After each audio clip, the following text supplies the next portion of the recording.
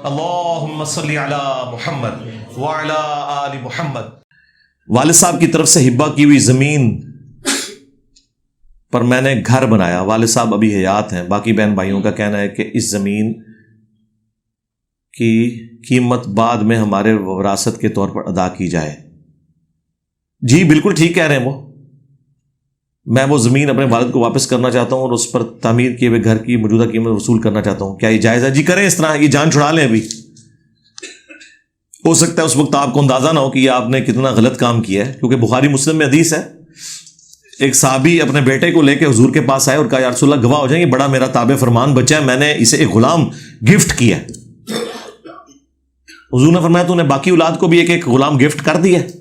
کہا یا نہیں یا رسول اللہ۔ فرمایا کیا تو یہ چاہتا ہے کہ باقی اولاد تیرے ساتھ اس نے سلوک کرے؟ کہا یا رسول اللہ ہاں، ظاہر ہے یہ تو سارے ہی چاہ رہے ہوتے ہیں۔ تو حضور نے فرمایا تم نے کیوں نہیں اس طرح کا اس نے سلوک کیا کہ سب کو برابر گفٹ دیتے، یا ان کو بھی ایک ایک غلام گفٹ دو یا اس سے بھی واپس لے لو اور اس گناہ کے اوپر مجھے گواہ نہ کرو۔ رسول اللہ نے ڈانٹ دیا۔ یہ جو اس طرح کے ہبے اور گفٹ کر رہے ہوتے ہیں نا، وہ اولاد میں برابر تقسیم ہوگا، اور اس میں میل اور فیمیل کا فرق بھی نہیں ہوگا۔ میل فیمیل کا فرق جو ہے وراثت کے اندر ہے۔ جب آپ گفٹ دیتے ہیں نا تو برابر دینا ہے سب کو، یہ ذہن میں رکھیے گا۔ باقی چونکہ یہ تفصیل طلب ایک ٹاپک ہے، اس کے ساتھ کئی کرولریز جڑی ہوئی ہیں، میں نے اس کے اوپر ایک ڈیٹیل ویڈیو ایک ایک حدیث کا ریفرنس لگا کے قرآن کی آیات سورۃ النساء کا دوسرا رکوع جو وراثت سے متعلق ہے وہ ویڈیو ریکارڈ کروا دی ہے۔ وراثت، ہبہ اور وصیت، یہ تین ٹرمنالوجیز ہیں، اور وراثت کی تقسیم کا طریقہ آپ یوٹیوب پہ لکھیں، میری ویڈیو کھل جائے گی انشاءاللہ۔ علماء کرام فرماتے ہیں کہ آخرت میں جنت میں میاں اور بیوی ایک ساتھ ہوں گے، تو جس عورت کے دو شوہر ہوں گے دنیا میں، تو اس کا جنت میں گھر کس کے ساتھ ہوگا؟ تھوڑی آگاہی فرما دیں۔ میں کیسے آپ کو بتاؤں؟ یہ اب اس عورت کی چوائس ہوگی نا، ہو سکتا ہے دونوں ہی محروم ہو جائیں۔ ہاں دونوں میں سے کس کے ساتھ ہوں گے؟ یہ تو جنت میں تو اپنی مرضی چلنی ہے، جنت میں جا کے عورتیں وہاں بھی آپ کی غلام ہی رہیں گی، ان کی مرضی ہے۔ تو اس لیے اگر چاہتے ہیں کہ یہی عورت آپ کے ساتھ جنت میں رہے تو تیاری کروائیں اس عورت کو کہ وہ جنت میں پہنچے آپ کے ساتھ۔ قُوا أَنفُسَكُمْ وَأَهْلِيكُمْ نَارًا، بچاؤ اپنے آپ کو اور اپنے گھر والوں کو جہنم کی آگ سے۔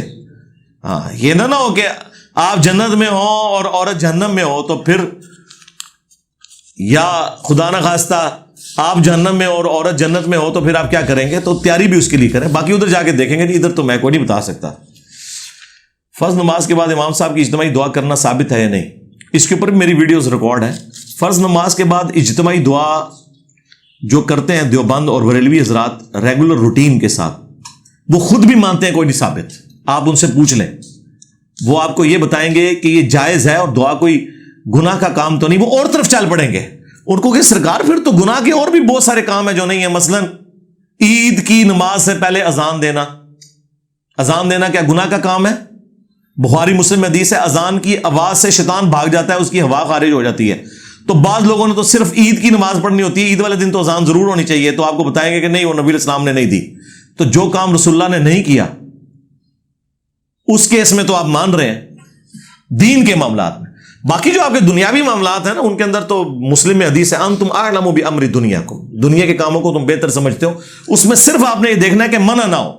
دینی کاموں میں آپ نے دیکھنا ہے کہ ثابت ہونا چاہیے، اس کی اصل دین میں موجود ہونی چاہیے، اور پھر آپ وہ کریں گے اس کو، ادروائز نہیں۔ تو وہ خود بھی مانیں گے کہ جی اذان کوئی ثابت نہیں، جنازے کی اذان ثابت نہیں ہے، تو سرکار جب ثابت نہیں ہے تو یہاں پہ بھی اجتماعی دعا نہیں ہے۔ البتہ یہ ضرور ہے کہ بخاری مسلم میں آیا کہ کبھی کبھار صحابہ کرام وسیلہ اور توسل کے طور پر رسول اللہ سے دعا کرواتے تھے صلی اللہ علیہ وآلہ وسلم، کسی نیک آدمی سے یا امام مسجد سے، خطیب سے کہہ کر دعا کروانا، اجتماعی دعا۔ اب یہاں میں ہر دفعہ کرتا ہوں اجتماعی دعا، روٹین کے اندر کرتا ہوں، اس لیے کہ میرے پاس پرچیاں آئی ہوتی ہیں پورے ہفتے کی اکٹھی ہوئی ہوتی ہیں، ورنہ یہاں پہ بھی کرنا کوئی ضروری نہیں ہے۔ جب کہا جائے اپنی دعائیں آپ ضرور کریں، لیکن فرض نماز کے ساتھ پرماننٹلی سے اٹیچ کرنا، اور اس کی وجہ سے سنت اٹھ گئی، جو فرض نماز کے بعد سنت اذکار تھے 17 کے قریب گرین کارڈ میں لکھے ہوئے ہیں، اور یہ ہمارا پرنٹ بھی ہوا ہوا ہے، یہ آپ کو انشاءاللہ فری مل جائے گا درس کے اینڈ پہ، صبح شام کے یہ آلموسٹ 22 اذکار بلو کارڈ کے اوپر، یہ لوگوں سے اوور لک ہو گئے۔ فرض نماز کے بعد آپ نے اذکار کرنا ہے، سلام پھیرتے ہی بخاری مسلم میں ہے اللہ اکبر بلند آواز سے پڑھنا ہے، پھر آہستہ آواز میں 3 دفعہ استغفر اللہ، صحیح مسلم میں آیا، اور اللہم انت السلام ومنک السلام تبارک یا ذا الجلال والاکرام۔ اس کے بعد آیت الکرسی کا وظیفہ آیا ہے سنن کبریٰ للنسائی میں۔ اس کے علاوہ اور اذکار ہیں کافی سارے، اس کے اوپر میری پوری تفصیلی ویڈیو ہے۔ فرض نماز کے بعد سنت اذکار، صبح شام کے سنت اذکار، سرکار کوئی ٹاپک نہیں جو ہم نے ایڈریس نہ کیا، اور ویڈیوز میں الحمدللہ۔ تو اجتماعی دعا اس طرح کرنا ثابت نہیں ہے، کبھی کبھار کروائیں تو وہ ٹھیک ہے۔ جب اللہ تعالیٰ نے قرآن میں فرقہ بنانے اور تفرقہ پھیلانے سے منع کیا ہے، تو اس کے برعکس نبی علیہ السلام کی حدیث میری امت 73 فرقوں میں ہے، ایک جنت میں جائے گا۔ سوال یہ ہے کہ جو جنت میں جائے گا تو ایک فرقہ ہی ہے، کوئی فرقہ نہیں سرکار، کس نے اس میں فرقے کے لفظ دکھائے مجھے؟ نبی علیہ السلام نے فرمایا، ابو داؤد میں حدیث ہے، ترمذی والی سند کمزور ہے، ابو داؤد والی، کہ 72 فرقے جہنم میں جائیں گے اور ایک جنت میں جائے گا، ہیا الجماع، وہ جماع ہے، یعنی جماعت امت کی۔ اور نبی علیہ السلام کی حدیث بخاری مسلم میں کہ میری امت کا ایک گروہ حق پر قائم رہے گا۔ اس کو حضور نے فرقہ نہیں کہا، ٹیکنیکلی اسے فرقہ کہہ ہی نہیں سکتے آپ۔ فرقہ کا مطلب ہوتا ہے ٹوٹ کے الگ ہونا۔ اگر میں یہ کہوں کہ جنتی فرقہ، تو یہ تو خود میں نے اسے گالی دے دی، کیونکہ وہ ٹوٹ کے الگ ہوا ہے۔ جو ٹوٹ کے الگ ہو گیا تو وہ جہنم میں ہی جانا ہے۔ سمجھ آئیے آپ کو بات کی؟ فرقہ، فرق عربی میں کہتے ہیں ٹوٹ کے الگ ہونے کو، یعنی درخت ہے وہ اصل ہے، اس سے ٹوٹ کے جو بھی الگ ہوگا وہ فرق ہوگا۔ پتے جو ٹوٹ کے گرتے ہیں وہ بھی فرق ہو رہے ہیں، درخت اپنی جگہ پہ ہے۔ تو حضور نے فرمایا امت 73 میں بٹ جائے گی، تو سٹارٹ کس سے ہوا؟ ایک سے، اس میں سے 72 نکلے، وہ ایک اپنی جگہ پہ ہے سرکار، صحابہ اہل بیت رسول اللہ صلی اللہ علیہ وآلہ وسلم، باقی ٹوٹ ٹوٹ کے الگ ہو رہے ہیں۔ وہ سارے فرقے وہ ہیں جو الگ ہوئے، اصل اپنی جگہ پہ ہے۔ اب ایک پتا ٹوٹ کے الگ ہو جائے اور درخت کو کہے کہ تو مجھ سے ٹوٹ کے الگ ہوا ہے، وہ اونجی ہے جس طرح کوئی چھپکلی سمجھے کہ شتیر میں چکے ہیں۔ کسی بھیم کے نیچے اگر کوئی چھپکلی ہے تو اس نے چھت کا وزن نہیں اٹھایا ہوا، وہ تو خود بیچاری اس کے اوپر محتاج ہے۔ تو یہ تو خود سے لوگوں نے بنا لی بات۔ اور امام بخاری نے اس حدیث پہ باب باندھا ہے کہ میری امت کا ایک گروہ قیامت تک حق پر قائم رہے گا، کوئی نقصان پہنچانے والا انہیں نقصان نہیں پہنچا سکے گا۔ اس پہ امام بخاری نے اوپر ہیڈنگ میں لکھا ہے ہوا اہل العلم، اس سے مراد اہل علم ہے۔ عشق دے چلے نہیں، عقل والے، ہوا اہل العلم، جو علم والے ہیں، اور علم یعنی وہ علم پہ عمل کرنے والے، اور ٹرو علم والے، فرقوں کا علم والے نہیں۔ تو یہ کیسے ہو سکتا ہے نبی علیہ السلام یہ حکم فرما دے کہ آپ نے فرقے بنانے ہیں؟ مسلم شریف میں حدیث ہے کہ قرب قیامت میں عورتیں ایسا لباس پہنیں گی گویا کہ ننگی نظر آئیں۔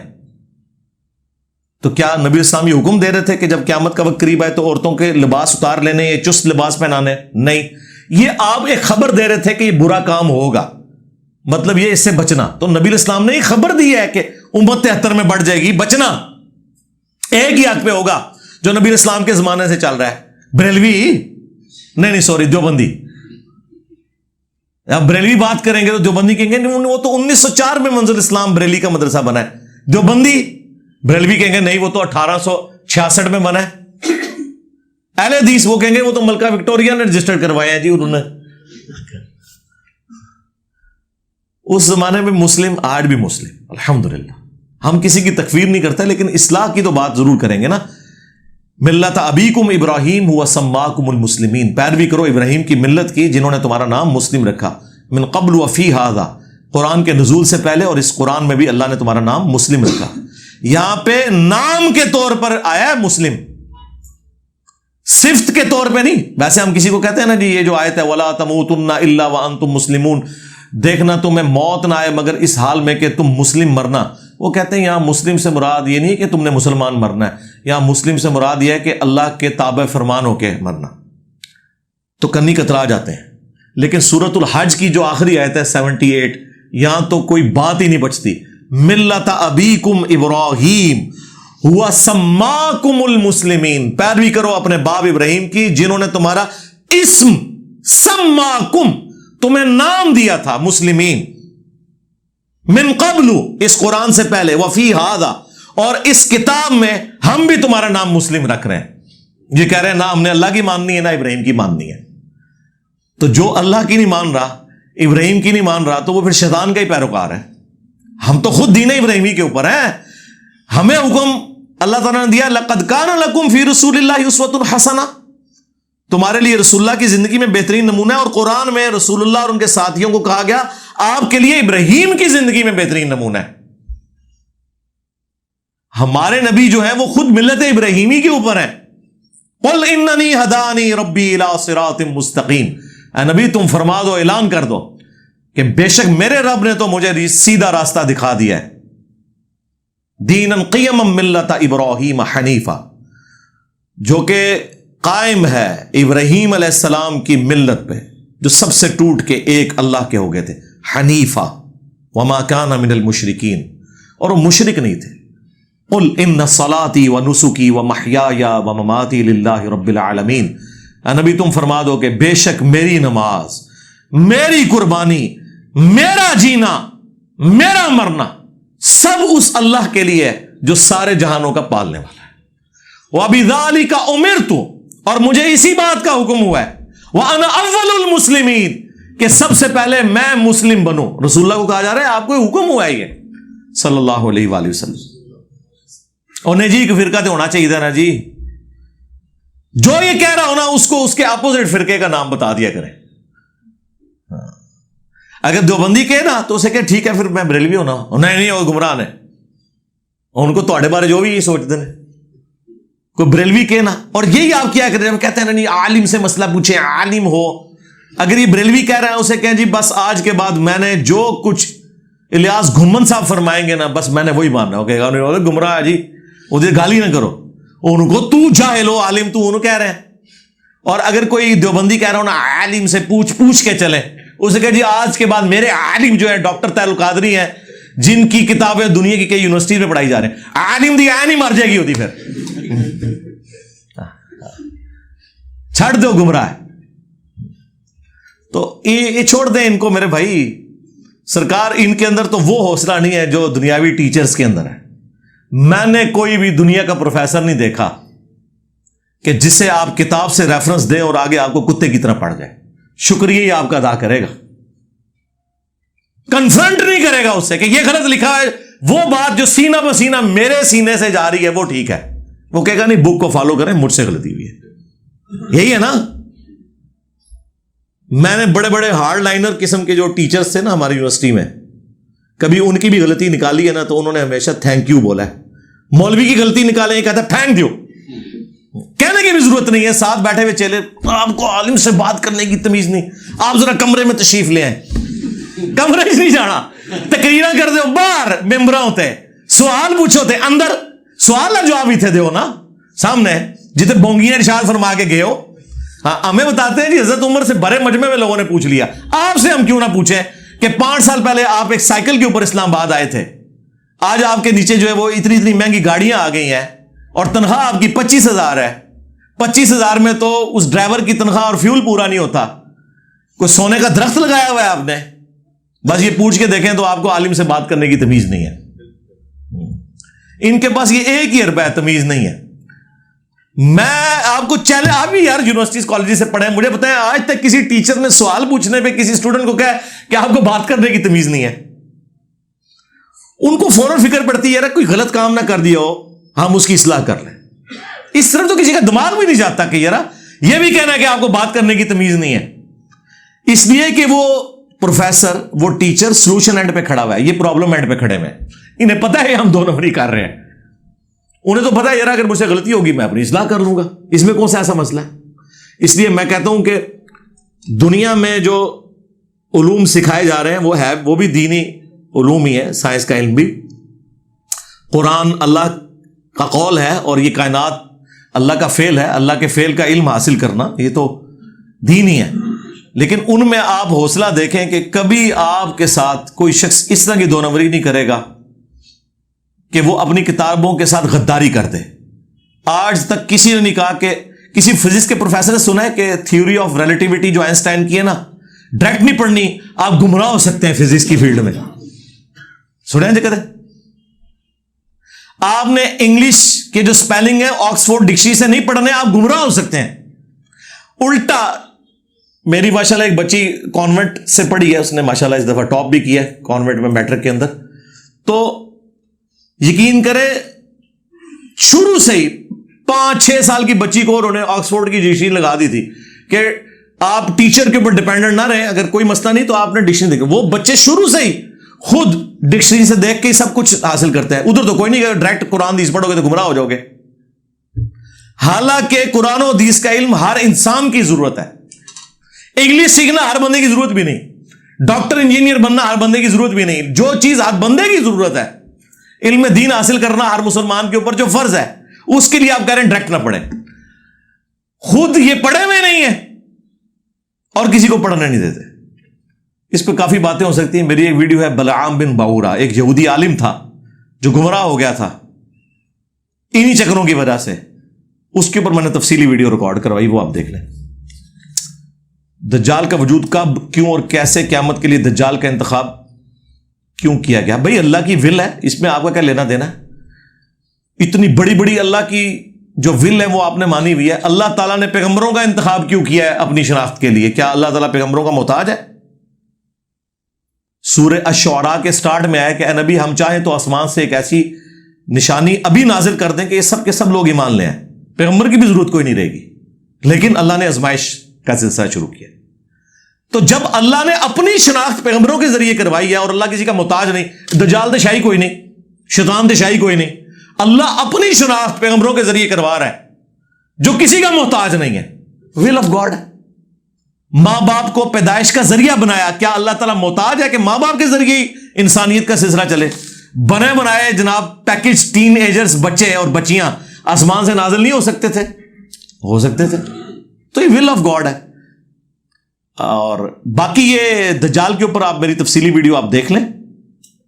ہمیں تو صرف اس وقت یہ غرض ہے کہ اس سے بچنے کا طریقہ کیا ہے. سورۃ الکہف کی پہلی 10 آیات اور ایک روایت میں آخری 10 آیات صحیح مسلم میں آتا ہے بچنے کے لیے. اور سب سے بڑے دجال تو آپ کے ممبروں پر بیٹھے ہوئے ہیں جو کہہ رہے ہیں قرآن و سنت ڈائریکٹ نہ پڑھنا، گمراہ ہو جاؤ گے. اللہ کا شکر ہے کہ ان کے شر سے تو آپ کو نکالا ہے، رسول اللہ کے ساتھ جوڑا ہے، تو انشاءاللہ جو نبی کے ساتھ جوڑے گا انشاءاللہ وہ اس دجال کے فتنے سے بھی بچ جائے گا. ان سے جو آپ کے سامنے دجال آئے ہوئے ہیں نا، وہ تو آنا ہے کہ نہیں آنا وہ تو بعد کی بات ہے. ہمارے نبی نے فرمایا یقیناً آنا ہے اس نے، لیکن جو آپ کے سامنے ہے نا ان کا انتظار کریں، ان کا کوئی علاج کریں، اور اس کا آپ جو علاج ہے وہ آپ میری ویڈیو دیکھیں. کیا کرسچنز کے ساتھ کھانا پینا جائز ہے؟ بالکل جی، کرسچنز کے ساتھ، ایتھیسٹ کے ساتھ، ہندوؤں کے ساتھ، شیعہ کے ساتھ، قادیانیوں کے ساتھ. ہاں کیا مسئلہ ہے جناب؟ جب ایک دوسرے کو اتنا بدتر سمجھ رہے ہیں، اعلیٰ حضرت نے لکھا ہے کہ دیوبندی، اہل حدیث اور شیعہ اور قادیانیوں کو ساتھ ذکر کر کے کہا کہ یہ 1,00,000 دفعہ بھی اللہ کا نام لینا تو ذبیحہ مردار رہے گا. یہ مرتد یعنی واجب القتل ہے. البتہ یہود و نصارہ کا ذبیحہ حلال ہے. اعلیٰ حضرت امام احمد بریلوی صاحب نے تو یہودیوں اور عیسائیوں کو، بلکہ عیسائی نہیں کرسچنز کو، باقی دیوبندی، اہل حدیث اور شیعہ سے بہتر قرار دیا ہوا ہے. ظاہر ہے جب ان کا ذبیحہ حلال، ان کا مردار، وہ واجب القتل نہیں، یہ واجب القتل، تو سرکار یہ تو سوال پھر کچھ رہ نہیں جانا. تو یہ لوگ تو ایک دوسرے کے ساتھ کھانے پینے کے جائز نہیں رہ گئے. قرآن و حدیث میں کوئی مسئلہ نہیں، ہیومن ڈگنیٹی میں سب برابر ہیں. آپ اختلاف رائے ضرور رکھیں، لوگوں کی اصلاح کی کوشش کریں. میں نے زیادہ نمازیں ٹخنے سے نیچے کپڑے کر کے پڑھی، کیا وہ قبول ہوگی؟ جی، جو نہیں پتا تھا جس زمانے میں، جو کچھ ہو گیا وہ قبول ہے، اس کی ٹینشن نہ لیں. Can a Muslim father give his daughter in marriage into a Barelvi family? اس کے اوپر میں کافی دفعہ گفتگو کر چکا ہوں. بریلوی، دیوبندی، اہل حدیث، شیعہ آپس میں ان پرنسپل تو نکاح کر سکتے ہیں، لیکن ایک جو چیز ہے اس کا خیال رکھیں، جو سنن ابن ماجہ میں حدیث ہے، اپنے ہم پلہ لوگوں میں، اپنے کف میں شادی کریں.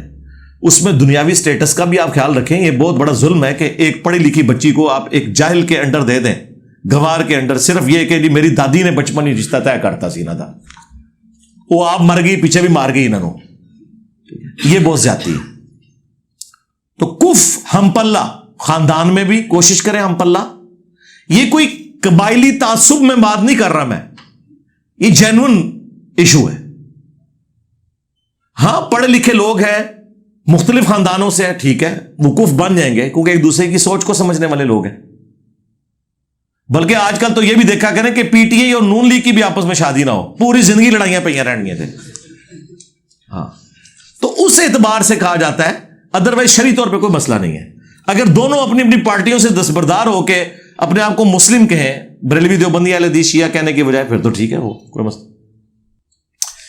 ایک لڑکے کا رشتہ اس کے ماموں کے گھر ہوا ہے، شادی سے پہلے اس نے اپنے ماموں کی بیوی سے بدکاری کر لی تھی، کیا وہ لڑکی اس لڑکے پر حرام ہے؟ نہیں، وہ تو ظاہر ہے لیجیٹمائز نہیں تھا نا رشتہ. وہ جو قرآن میں آیا نا کہ جن عورتوں سے تم صحبت کرتے ہو ان کی جو اولاد ہے وہ تمہارے لیے حرام ہے، وہ لیجیٹمائز جو یعنی نکاح کے، یہ جو بدکاری والا معاملہ ہے اس میں آپ کا نکاح درست ہی ہوگا. وہ ایک غلط کام تھا، اس سے اللہ سے معافی مانگے. باقی داماد کا ساس کو چھونا، اس کے اوپر میری ویڈیو، وہ حنفیوں نے مشہور کیا ہوا کہ اگر کوئی غلطی سے بھی اپنی ساس کو ہاتھ لگا لے شہوت کے ساتھ تو اس کی اپنی بیوی فارغ ہوگی ہمیشہ کے لیے. ہاں، تو یہ جعلی قسم کے مسئلے بنائے ہوئے، تو اس کو میں نے پھر ایڈریس کیا تھا کہ یہ بہت بڑا گناہ ہے، لیکن اس کی وجہ سے نکاح نہیں ٹوٹتا، اس کام سے اجتناب کیا جائے. مساہرت کا رشتہ اسے کہتے ہیں، اسٹیبلش ہو جائے گا سسرالی رشتہ. موجودہ دور میں امام مہدی کا دعویٰ کرنے والا شخص، کسی کا نام لکھا ہوا ہے، ہمیں کوئی اس سے کہتے اس کی کیا حقیقت ہے بھائی؟ حکمران جانے وہ جانے. میرے بھائی اس وقت تو حقیقت یہ ہے کہ انجینئر صاحب دنیا میں اور اس شخص کا تعارف کروا رہے ہیں جس کی قبر مدینے میں. یہ نامعلوم افراد کی آپ ویڈیوز بھیج کے مجھے کہیں کہ میں ان کا نام لے کے انہیں مشہور کروں، تو اتنا تو میں نہیں ہوں بے وقوف. ہمارے مولوی صاحب قرآن پڑھتے ہیں، نماز میں اکثر تلفظ درست نہیں پڑھتے اور وقفہ بھی آیت کے درمیان کر جاتے ہیں. کوئی وقفہ کرنے میں تو کوئی مسئلہ نہیں، کر سکتے ہیں، نماز درست ہوگی. جو تلفظ ٹھیک نہیں کرتے تو کوشش کریں اور ٹھیک کروائیں، ان کے اوپر کوئی بابا چڑھائیں. اور بابا بھی یہ نہ ہو کہ وہ اسے بھی گیا گزرا ہو. جو بابا قرآن سمجھتا ہے نا، اس کو آپ ریکویسٹ کریں کہ انکل ان کو تھوڑا بتائیں، یہ اپنا ٹھیک کر لیں، میرا نام نہ ہے، آپ چونکہ بزرگ ہیں. تو اس طرح کے جو مسجدوں میں آپ نے جو بھی ایکٹیویٹیز پرفارم کروانی ہے نا، ٹوائلٹ صاف نہیں ہے، پنکھے جو ہیں وہ خراب ہے، یہ کالی داڑیوں والے یا بےچارے جو بچے ٹین ایجرز ہیں نا، یہ مہربانی کر کے نا کسی کی اصلاح نہ کریں، وہ اور پاسے ٹور پاوے گا جائے، وہ آپ کے خلاف جمعے پڑھانے شروع کر دیں گے کہ اس کو مجھ سے تکلیف ہے. تو بہتر یہ کہ یہ کام کرنے کے لیے نا جو سمجھدار پڑھے لکھے بابے ہیں نا، بابے بھی کام دے رہے ہیں، جتنے کام کی ضرورت ہے اسے بابے نے یوز کرا کرو، ان کے ذریعے کیا کریں. کیا یہ درست ہے کہ ایک نبینہ صحابی نے یا محمد کہا اور ان کی آنکھیں درست ہو گئیں؟ یا محمد نہیں، وہ ایک دعا تھی، سنن ابن ماجہ میں حدیث ہے، اس کے اوپر میری تفصیلی ویڈیو ہے. وسیلے کے نام پر دھوکہ. وہ نبی الاسلام کے پاس ایک صحابی آئے تھے، ترمذی میں بھی ہے، ابن ماجہ میں بھی. نبی الاسلام سے انہوں نے کہا یا رسول اللہ دعا کرے میری بینائی آ جائے. آپ نے فرمایا کہ اگر صبر کر لو تو جنت ہے، اور اگر کہتے ہو تو دعا کر دیتا ہوں. تو انہوں نے کہا یا رسول اللہ آنکھیں چاہیے، دعا کریں. تو اچھا، انہوں نے حضور سے نہیں کہا اللہ سے دعا کریں، ذرا فرق دیکھیں، حالانکہ حضور سامنے موجود ہیں. نبی الاسلام نے فرمایا 2 نفل پڑھو، وضو کروایا، 2 نفل پڑھے، اس کے بعد دعا تعلیم فرمائی. اس میں الفاظ تھے کہ اے اللہ میں تیرے نبی کے وسیلے سے تیری طرف متوجہ ہوتا ہوں، اور اے اللہ کے رسول میں آپ کے وسیلے سے اللہ کی طرف متوجہ ہوتا ہوں. دونوں جملوں میں اللہ سے دعا مانگ رہے ہیں. اور آخری جملہ ہے جو کھا جاتے ہیں بریلوی دیوبندی، اس کے آگے الفاظ ہیں اے اللہ میرے نبی کی دعا اور شفاعت میرے حق میں قبول فرما. اور پھر حضور نے دعا کی، ان کی آنکھیں آ گئی. بالکل جب نبی الاسلام دنیا میں موجود ہوں گے سرکار، ہم تو یہ اکیڈمی بھی بند کر کے حضور کے قدموں میں بیٹھیں گے، کہیں گے یا رسول اللہ آپ نے ہمارے مسئلے اللہ سے حل کروانے ہیں. لیکن جب نبی الاسلام قبر مبارک میں چلے گئے ہیں تو کیا صحابہ کرام کا تو پہلا اختلاف دفنانے کے اوپر ہو گیا. جامعہ ترمذی میں موجود ہے. تو حضرت ابو بکر نے کہا کہ میں نے حضور سے ایک بات سنی تھی کہ نبی کو وہاں پر موت آتی ہے جو اللہ اس کے لیے سرزمین پسند فرماتا ہے، لہذا جس چرپائی کے اوپر حضور کی ڈیتھ ہوئی ہے اس چرپائی کے نیچے قبر کھودو. اس وجہ سے حجرہ عائشہ میں دفنایا گیا تھا. کچھ صحابہ کہہ رہے تھے بقیع غرقد میں دفناتے ہیں، کچھ نے کہا تھا شام لے جاتے ہیں حضور کو جہاں انبیاء کا مسکن ہے. کسی نے نہیں کہا کہ حضور سے ہی پوچھ لیتے ہیں. بعد میں شیخ احمد رفاعی نے جا کے پوچھنا ہے السلام علیکم یا رسول اللہ، حضور قبر میں ابھی نہیں گئے ہیں اور صحابہ آپ سے بات نہیں کر رہے. کتنی بڑی کہانیاں بنائی ہوئی انہوں نے. اب اس لیول پہ اتر کے اس لیے سمجھانا پڑتا ہے کہ آپ کے دماغ کھولے جائیں کہ دنیا سے جانے کے بعد اب رسول اللہ کے ساتھ ہماری ڈائریکٹ کمیونیکیشن اس طرح کی نہیں ہے.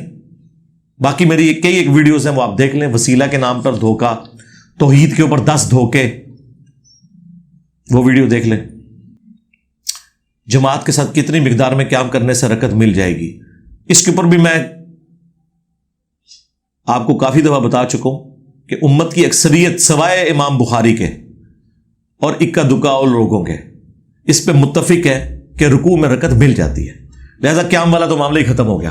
یہ اللہ نے پروٹوکول دیا ہے کہ اگر کوئی شخص رکوع میں مل جائے تو اللہ تعالیٰ اس کا قیام اور اس میں پڑھی ہوئی فاتحہ اس کے لیے ایکسیپشن ہو جائے گی, اس کو رکعت مل جائے گی, لیکن اس کی روٹین نہیں بنانی چاہیے. میرا ایک دوست یو کے میں ایک مارٹ کی سیکیورٹی کرتا ہے جس میں شراب بھی ہے. کوئی مسئلہ نہیں ہے, سیکیورٹی کر رہا ہے نا سرکار, وہ شراب کی سیکیورٹی کے لیے نہیں بیٹھا ہوا, وہ اس مارٹ کی سیکیورٹی کے لیے. اس میں حلال پروڈکٹ بھی ہے, حرام بھی ہے. جہاں اس طرح کا مکسچر آ جائے وہاں پہ ہاں, اگر صرف ایک سٹور جو صرف شراب کا کام کر رہا ہے اس کی سیکیورٹی کی جاب میں آپ کو نہیں کہوں گا کہ آپ کریں, لیکن جو جنرل چیز ہے تو وہ تو اس حساب سے سب سے پہلے پولیس اور فوج کا محکمہ ختم ہو جائے. یعنی فوج جو ہمارے بارڈر کے اوپر پہرا دے رہی ہے وہ صرف حاجی نمازیوں کے لیے دے رہی ہے یا بدماشوں کے لیے بھی دے رہی ہے, تو ان کی نوکری بھی حرام ہو جائے گی. پھر اس طرح نہیں ہوگا. جب جنرلائز چیز ہوتی ہے نا پھر حکم عام ہی اس کے اوپر لگتا ہے, خاص حکم نہیں لگتا. حضرت علی کی بیٹی کی شادی حضرت عمر سے ہوئی, اس کی دلیل ہاں صحیح بخاری میں موجود ہے. ام کلثوم بیٹی تھی سیدہ فاطمہ سے حضرت علی کی, ان کے ساتھ حضرت عمر کی نکاح بھی ہوا اور شادی بھی ہوئی. حضرت عمر نے رشتہ مانگا تھا تاکہ میرا تعلق اہل البیت کے ساتھ جڑ جائے, اور یہ کوئی ایسا مسئلہ نہیں ہے جس کا انکار کیا جا سکے. یہ شیعہ کی کتابوں میں موجود ہے, وہ بھی انکار نہیں کرتے ہیں, وہ اس کو اور رنگ دینے کی کوشش کرتے ہیں, انکار وہ بھی نہیں کرتے. اجماع ہے, میں تو کہتا ہوں اس کے اوپر. میرا سوال ہے کہ عشاء کی اذان کے بعد اور جماعت سے پہلے کیا مغرب کے فرض پڑھ سکتے ہیں؟ جی, جس وقت مرضی پڑھے, جس وقت مرضی پڑھے. ابھی ایک ویڈیو ہماری آلموسٹ فائنل ہو چکی ہے, نمازوں کو جمع کرنا, وہ انشاءاللہ تعالی کچھ دنوں میں اپلوڈ ہو جائے گی. تو یہاں تو اب مسئلہ ہی نہیں, مغرب کی نماز مغرب کا وقت داخل ہونے سے لے کے فجر سے پہلے کسی بھی وقت عشاء کے ساتھ ہو سکتی ہے, اور زور اور عصر کی نمازیں زور سے لے کے مغرب سے پہلے اس میں آخری 15-20 منٹ کو اوائڈ کریں تو نمازیں جمع ہو سکتی ہیں. اور اس حوالے سے ایک اور حدیث جو پیش کی جاتی ہے نا, امام ترمذی رحمۃ اللہ علیہ نے اس حدیث کو خود ضعیف لکھا ہے جامع ترمذی کے اندر, کہ جس نے بغیر عذر کے 2 نمازیں جمع کی تو وہ گناہ کبیرہ کا مرتکب ہوا. یہ حدیث المستدرک للحاکم کے اندر بھی ہے, اور فضائل اعمال کے اندر بھی شیخ زکریا نے نقل کی ہے روایت, اور اس سے اپنی حنفیت ثابت کی, لیکن نیچے انہوں نے عربی میں لکھ دیا کہ ضعیف ہے. ہاں, یہ کام ڈالتے ہیں یہ لوگ. باقی آپ تفصیلات وہاں پہ دیکھ لیجئے گا, انشاءاللہ میری ویڈیو اپلوڈ ہو جائے گی.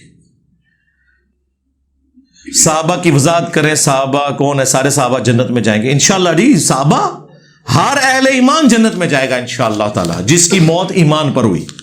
اب جو حضور کی وفات کے بعد مرتد ہو گئے قبائل, حضرت ابوبکر نے ان کے خلاف قتال کیا, مسلمہ کذاب کے ساتھی بن گئے, منکرین زکوٰۃ ہو گئے. حضور کی زندگی میں سابقون الاولون میں سے ایک, بلکہ اس سے بھی بڑی چیز آپ سمجھیں, ہجرت حبشہ. ہجرت مدینہ تو بعد میں ہوئی ہے, اصل جو بڑی ہجرت ہے وہ حبشہ کی ہجرت ہے جو شروع میں ہوئی تھی. اس میں ام حبیبہ جو بعد میں ہماری ماں بن گئی ام المومنین, ان کا خامن جو عبید اللہ ہے المستدرک للحاکم میں آتا ہے, وہ حبشہ جا کے عیسائی ہو گیا اور عیسائی مرا. وہ شروع کے صحابہ میں سے تھا, اب مر گیا آرام موت. تو اس سے کیا ہے, جو یعنی ایمان پہ قائم رہے وہ صحابہ ہیں. نبی پاک سے عشق کرنا چاہیے یا محبت؟ یار یہ ان الفاظ کے چناؤ میں نہ پڑا کریں. عشق کا لفظ اردو میں مستعمل ہو چکا ہے. اب یہ اہل حدیث نے جو اس میں مسئلہ کھڑا کیا نا جی, وہ عشق کوئی کہہ سکتا ہے مجھے ماں سے عشق ہے. سرکار, ماں سے عشق والا معاملہ مستعمل نہیں ہے. رسول اللہ کے ساتھ عشق, عشق الہی, عشق خدا, یہ مستعمل ہے ہماری زبان میں. اور جب کوئی چیز زبان میں مستعمل ہو جائے پھر اس کے اندر آپ جان بوجھ کے شہوت والا ایلیمنٹ داخل نہ کریں. کسی کو خیال بھی نہیں آتا جب عشق خدا بندی کی کو بات کرتا ہے تو اس میں شہوت کا کوئی ایلیمنٹ ہوتا ہے عشق رسول کے اندر. تو خام خواہ ان 2 باتوں کو کمپیئر کرتے ہیں, آپ ضرور کریں. باقی یہ بات ٹھیک ہے کہ ہمیں رسول اللہ سے محبت ہے جو عشق سے اعلیٰ درجہ ہے. محبت جو ہے وہ علم کی بنیاد پہ ہوتی ہے, عشق جذبات پہ ہوتا ہے. ہمیں رسول اللہ سے محبت جو ہے وہ جذبات کے ساتھ نہیں علم کے ساتھ ہے. ہم نے یہ محبت ارن کی ہے, جذباتی محبت تو انسان کی اولاد سے، ماں باپ سے ہوتی ہے، رسول اللہ سے ہماری جذباتی ایفیلیشن تو نہیں ہے نا. ویسے تو ہمیں وہ بچپن سے سکھا کے کر دی گئی ہے، ورنہ صحابہ کرام نے تو وہ محبت ارن کی تھی نا حضور کی صحبت میں رہ کے. سب کچھ ہم نے اس لیے ارن کیا کہ ہمارے ایمان کا حصہ ہے، اور بس حصہ اتنا ہی ہے کہ ہم نے میلاد کے جلوس میں جانا ہے، بس نعرے مارنے، نماز نہیں پڑھنی. ہاں، عشق رسول میں موت بھی قبول ہے، داڑھی قبول نہیں ہے، 5 وقت نماز قبول نہیں ہے. تو وہ کوئی مسئلہ نہیں، آپ لفظ کوئی بھی استعمال کریں، محبت ہونی چاہیے علم کی بنیاد پہ. میں ایگری کرتا ہوں. سادات کو زکات دے سکتے ہیں؟ نہیں جی، وہ حرام ہے. بخاری مسلم میں حدیث ہے، صدقے کی کھجوریں لائے گی. حضرت حسن ابن علی بچے تھے چھوٹے، انہوں نے وہ کھانے لگے، حضور نے انگلی ڈال کے کیا کروا دی کہ اہل البیت کے اوپر صدقہ اور یہ زکات وغیرہ ان کے لیے خمس ہے بیت المال کے اندر، یہ نہیں ہے. کیا نبی پاک علیہ السلام کی سنت جو زور اثر عشاء کے بعد پڑھتے تھے، جو نفل ہم زور اثر عشاء کے بعد پڑھتے ہیں، جی سنت ہے.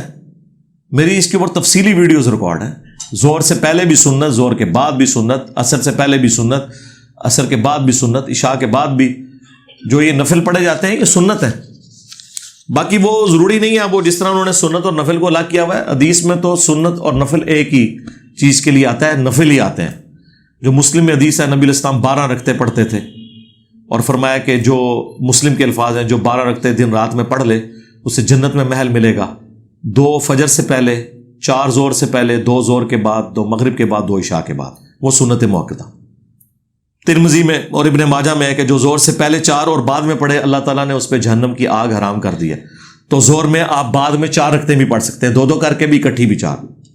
اسی طریقے سے ترمذی میں حدیث ہے کہ جو عصر سے پہلے 4 رکعتیں پڑھے، اللہ اس پر رحم فرمائے. حضور نے دعا دی ہے اس کو، تو آپ ضرور پڑھیں. یہ نفلی عبادت ہے، جو مرضی کریں، جتنی مرضی کریں.